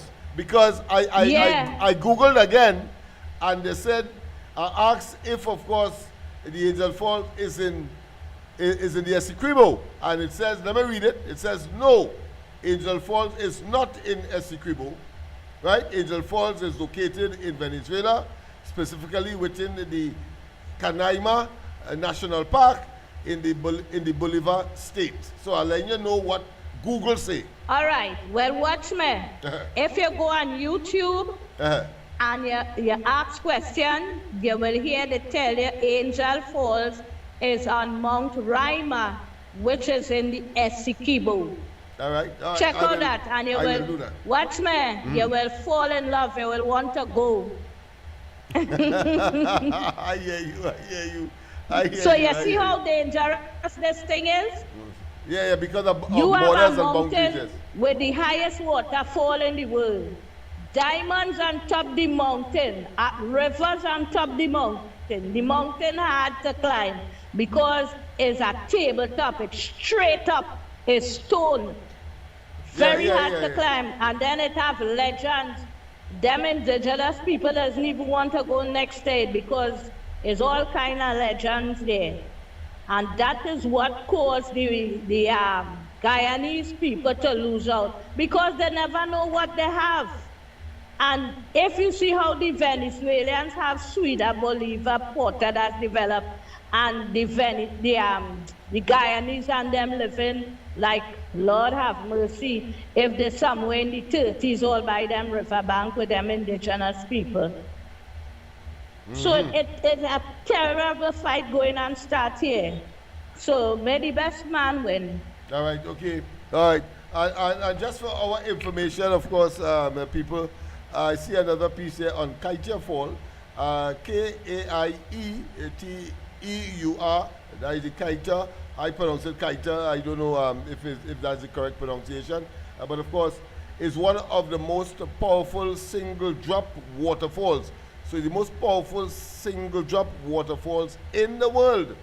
It is located on the Potaro River in Kaiteur National Park. So there's a national park there now associated just as that with the Angel Falls in Venezuela. All right, let's go to the lines. A pleasant good night and welcome to the corridor. A pleasant good night to you again, Uncle Lennox, yes, and your indeed. listeners. Yeah. Go ahead. Hey, Uncle Lennox. Yes. I hear you talking about waterfall. Yeah. Waterfall. But there's plenty of water falling all over the country now that the UNC is in government. Because of course people on the third floor in most of the buildings now are saying, well, they don't have to walk down to the ground floor to get a bucket full or a cup full of water. So it's a good thing the UNC came into office. But go ahead. Yeah, because our Prime Minister said water for all. Yeah, I hear you. He said water for all. Yeah. So, and when UNC win, everybody wins. Yeah. So, but I hear talking about other waterfalls. So I want to tell you, Ramakalgas have one. Parliament have a tree waterfall.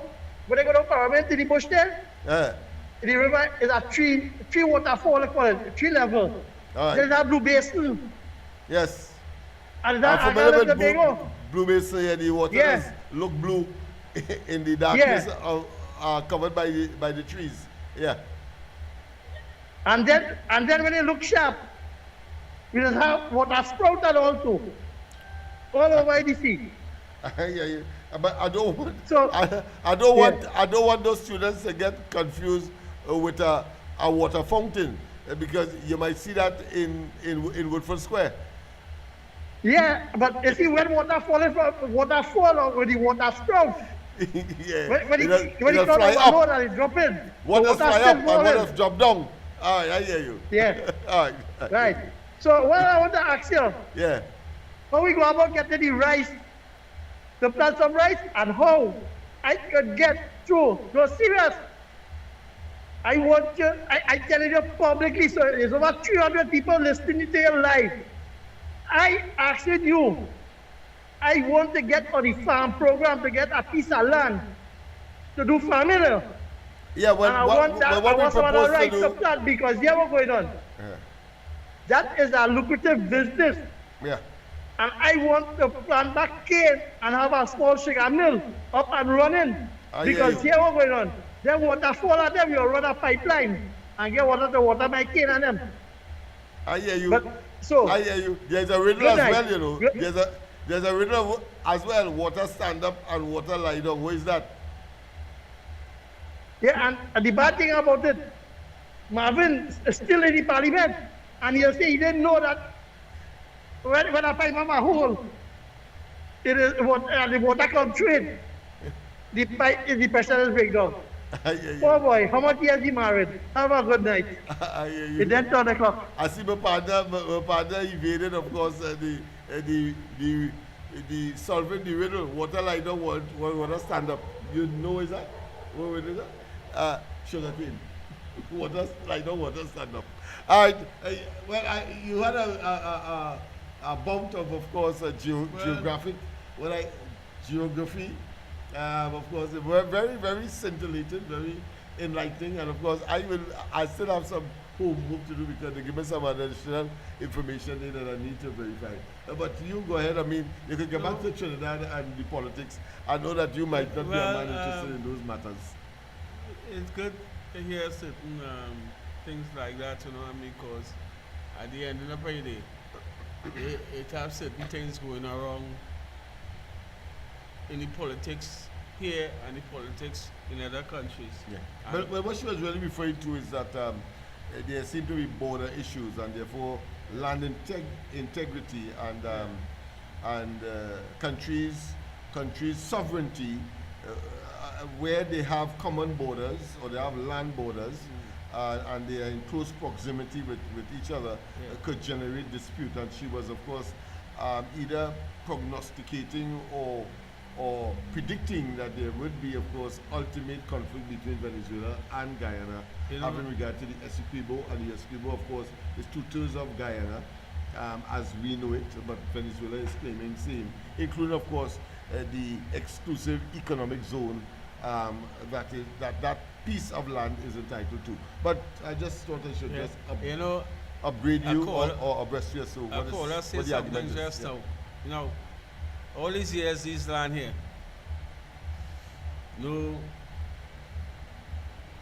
nobody claiming Trinidad here all these years, you know, living, supporting the self. Venezuela there go through real crisis, supporting the self. This land here, nobody claiming. As here. Well, it take too long, boy. We have a caller. Pleasant good night. Welcome, my friend. Go ahead, my friend. Yeah, good night again once from Mr. Lennox and your colleague on the line there too as well. Yes. Mr. Lennox, you know, it's a new circus in town, boy. Tell me. Because I seen a pack of 13 jokers right behind you there. You understand? Yeah, pilot jokers. My question is, this forensic investigation with these 13 jokers and the pack, it could be a wonderful circus to really look at. I mean, you just think about it. These fellas and them have no shame, you know. These people have no shame, you know. Penny won't have fat, but just have fat. You understand? I can understand how these people can come and show up and show the face in public and make people feel like them is the, I don't know how to describe them, you know. Oh God, boy, they're horrible, you know. Oh God, they have no shame. Anyway, God bless. Yes, man. Well, first and foremost, the Constitution provides for an opposition. So if there were none, because I predicted 39 seats, Kamala Persad-Bissessar and the UNC and the coalition would have had to make opposition. So the Lord, of course, made an intervention and provided, of course, 13 in the 13th Parliament. 13 and 13, but I'll tell you this, that why is a crying wolf Right? The crying wolf, of course, unlike wolf in sheep clothing, they know that they are really lamb to the slaughter. I don't talk. I say no more. They are what? Lamb to the slaughter. They know it. But of course, we put on a face and try, of course, to make aggression be the best form of defense. Well, it's just a matter of time. Just a matter of time. All will be revealed. My friend, of course, it is 17 minutes past 10 o'clock. Why all have us here so long? Okay. We gave you back the 17 minutes that we took from you by being tardy. So, of course, you got it back. Inadvertent, of course, because it was not planned. But the lesson in geography was so interesting. I see that people simply call and call and call. But I have some geographic work to do as well. So your closing remark, complete what you were saying, and then your closing remark. I believe this thing is, as you say, in a land for 16 years, it's come like it's yours. Yeah. These lands here for years, and nobody claiming that Trinidad, Venezuela go through the crisis. Nobody was helping them. Few countries come out and help them. No. As they hear they strike certain things like oil and things, other countries want to come in to invade. Countries want to come in Trinidad to invade because all they're bigger and badder than we. So all they want to invade we sweet countries. I find that is bullshit. So I always put God first. I believe God will be the ending up of this. Because all the feel we defenseless. We don't have certain things, so they could just come and bully me. Come on now, man. Nobody don't bully all you. You know what I mean? So I believe this thing will come out to the better of Venezuela and Trinidad and Tobago, because they might believe. And I don't want to talk too much about it. Just try to watch it and see what's going on. All right. Any closing? That's the closing remarks? Yeah. Okay then. Well, the people, of course, we have come to the end of tonight's program. Yes, it's 90 minutes past 10 o'clock. Yes, we're not going to go to 11 o'clock. I think just before Christmas, people had me all 12 o'clock or 1 o'clock in the morning. No. I'm not going to fall victim to that tonight, even though, of course, we were a bit tardy. I think you have been compensated. It is now 20 minutes past 10 o'clock. So people, we have come to the end of tonight's program. Certainly, of course, we are going to look at these and other issues. Why we have to look at it? Because, of course, Guyana is a CARICOM country, of which, of course, Trinidad and Tobago is part of that grouping. And, of course, Venezuela has decidedly taken a position that the Essequibo, which, of course, is 2/3 of Guyana, is part of their territory. And they are making, of course, overtures and moves to incorporate it as part of their territory. Of course, there is the international scenario in The Hague that said that it is not so, and that everybody should understand and preserve the status quo, which is the status quo that Essequibo belongs to Guyana, and it should remain that way until, of course, they make a final decision or determination on the matter. In the meantime, of course, Guyana believes that it is part of their sovereign right to exploit the God-given resources. So, of course, whether in the sea, whether in the ground, whether it's on land, as the case may be, or even in the air, they are going to exploit, and they have been doing, of course. Exxon is the major American firm that is, of course, taking out I understand millions of barrels of oil from in the ground, and of course in that part of the sea surrounding the or close to the Essequibo, which of course is administered by Guyana and recognized by the United States and other powers. Of course, Venezuela has enlisted the support of the Russians, the Chinese, the Cubans, as well as the Iranians. And when I say that, I recall one time on the ground report when I said, but World War III could have started right here in Piaco, because here it is, of course, during COVID, a sanctioned plane, sanctioned by the United States, saying that that country is a narcotic country, one, and that, of course, there is a a bounty on the head of its leader, talking about Maduro, for 15 million at the time. I think it is now 20 or 25 million. And that, of course, if it is that his vice president, Delcy Rodriguez, who has also been sanctioned, suppose that plane landing here during COVID at Piarco, a sanctioned plane, a sanctioned person, and the Americans got wind and they decided to intercept and detain, you never could tell what might have happened. The Russians had earlier, of course, sent one of its most powerful nuclear bomb carrying planes that landed, of course, in Venezuela. So you understand, the point I am making here is that Rowley and they could have caused us to be in harm's way by their ineptitude and their poor policy and their clandestine conduct, and then telling us, watching us as total nincompoop, buffoons, and possibly asinine specimen of humanity, by telling us that they came here for COVID, when in all that time, every single leader in the world was doing what? Teleconferencing. They were talking through the satellite system to their respective, of course, televisions. Yeah, or telephone. But so the question still remains. Why it is during COVID, Delcy Rodriguez, the vice president of Venezuela, a sanctioned person, came on a sanctioned plane, land in Piarco.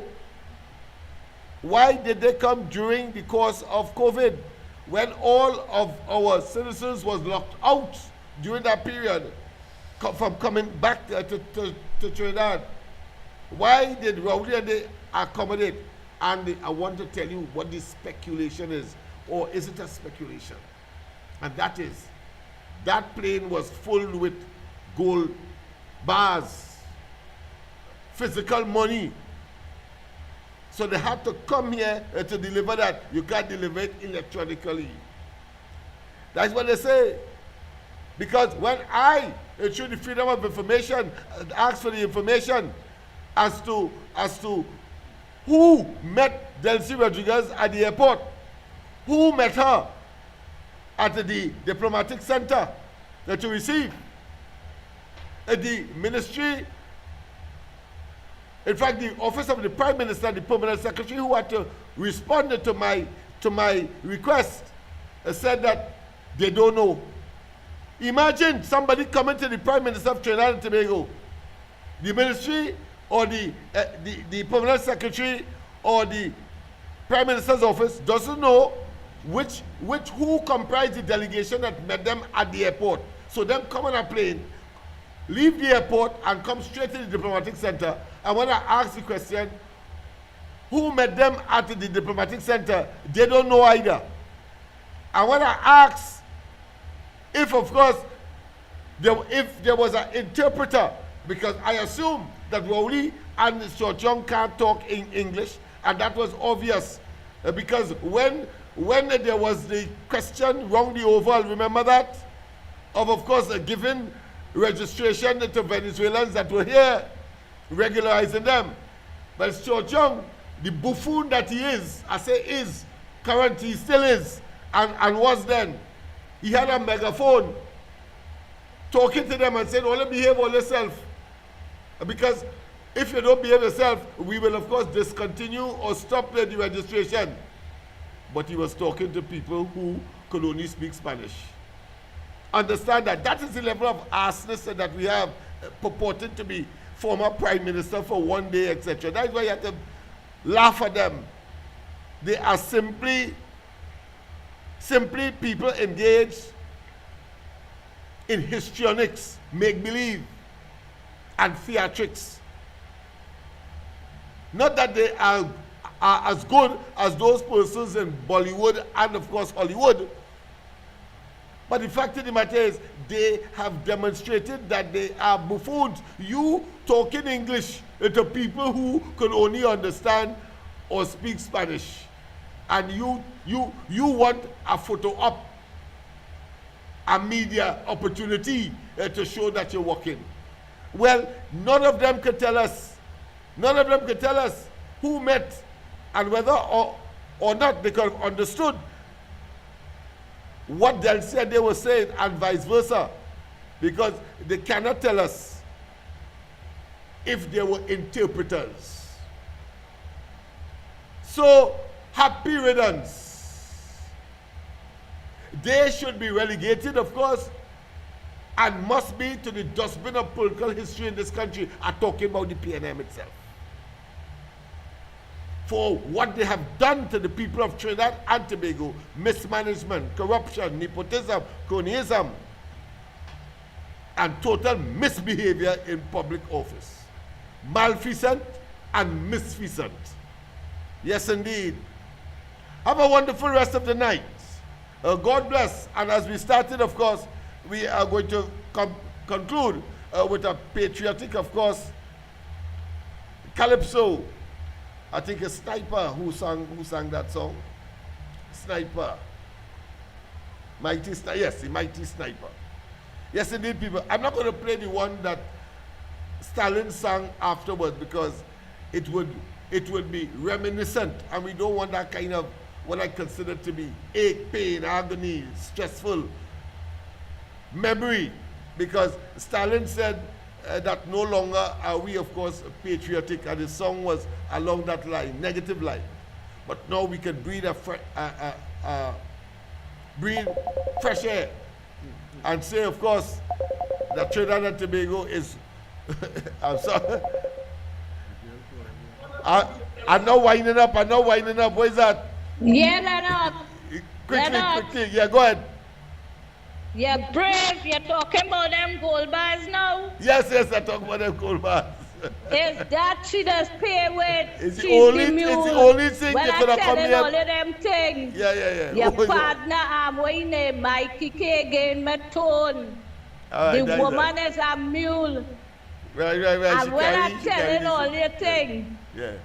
all of them want to hear, Delcy does talk English fluent. Is she who put the matter in the International Criminal Court? Yes. I heard with that same land they're fighting the Guyanese for, but really, that whole Essequibo is them own a long time, and they didn't used to bother with it when when the Guyanese get well, the it. court didn't say that. And they didn't care to look for no gas because they have all the gas in the world. Yeah. So now that the Guyanese find gas in the water, yeah. They don't want them to come and take the land, the Essequibo. Right? So, thanks. I will come down there for you, you know. Yeah. Come down, because I want to go. You want to keep me until 11 o'clock. That's what I want to do.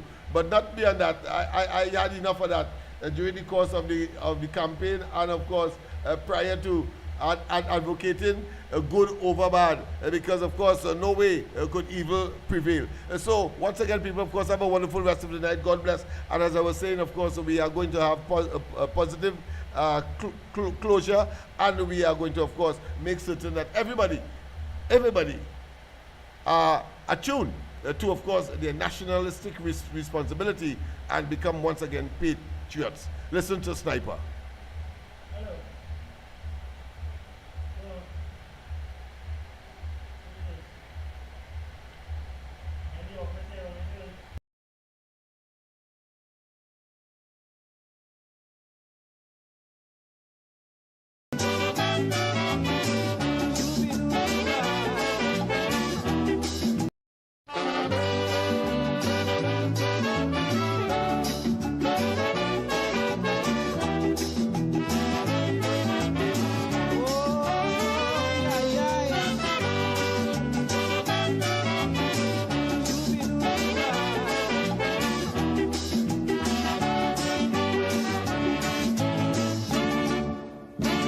Trinidad is my land, and of it I am proud and glad. But I can't understand why some people just talk it bad. But I know all of them run the mouth. Don't know where to talk.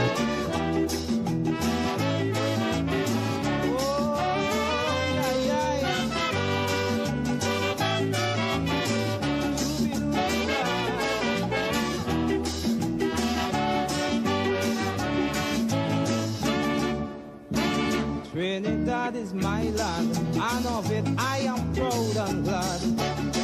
But I can't understand why some people just talk it bad. But I know all of them we running them out. Don't know where they're talking about. They will paint you black every day, and the right things they would never say. Like our sportsmen being rated among the best. Our scholars have sit and passed every test and put us right alongside the rest.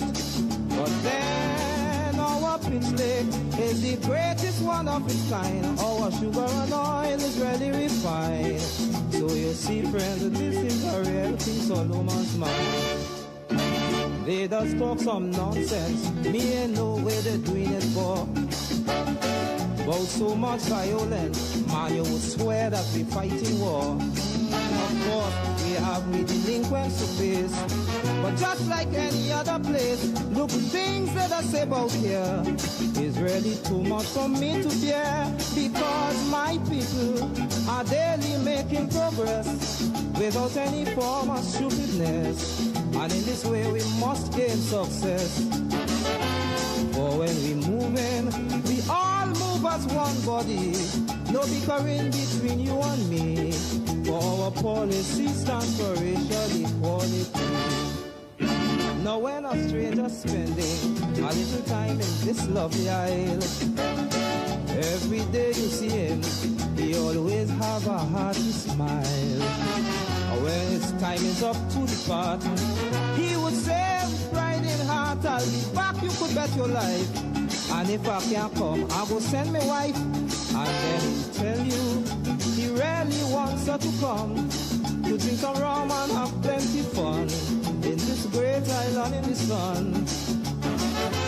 For Trinidadian, as foreigners to recall, it doesn't matter whether big or small, or if you're rich or poor, friends, we cater for one and all. So all of them we're talking, they either drunk or they're steering mad, or maybe they forgetting Mr. Universe belongs to Trinidad. And yet we have men of talent and skill, with high hopes of improving still. And if you think all this is a lie, the mighty sniper won't tell you why. Now our steel bands is the best talent in this world. Like calypsos or stories are told, which is written to touch your soul. So Trinidad, this lovely land of my book, small but overwhelming in worth. And as you know, Carnival is the greatest frolic on earth.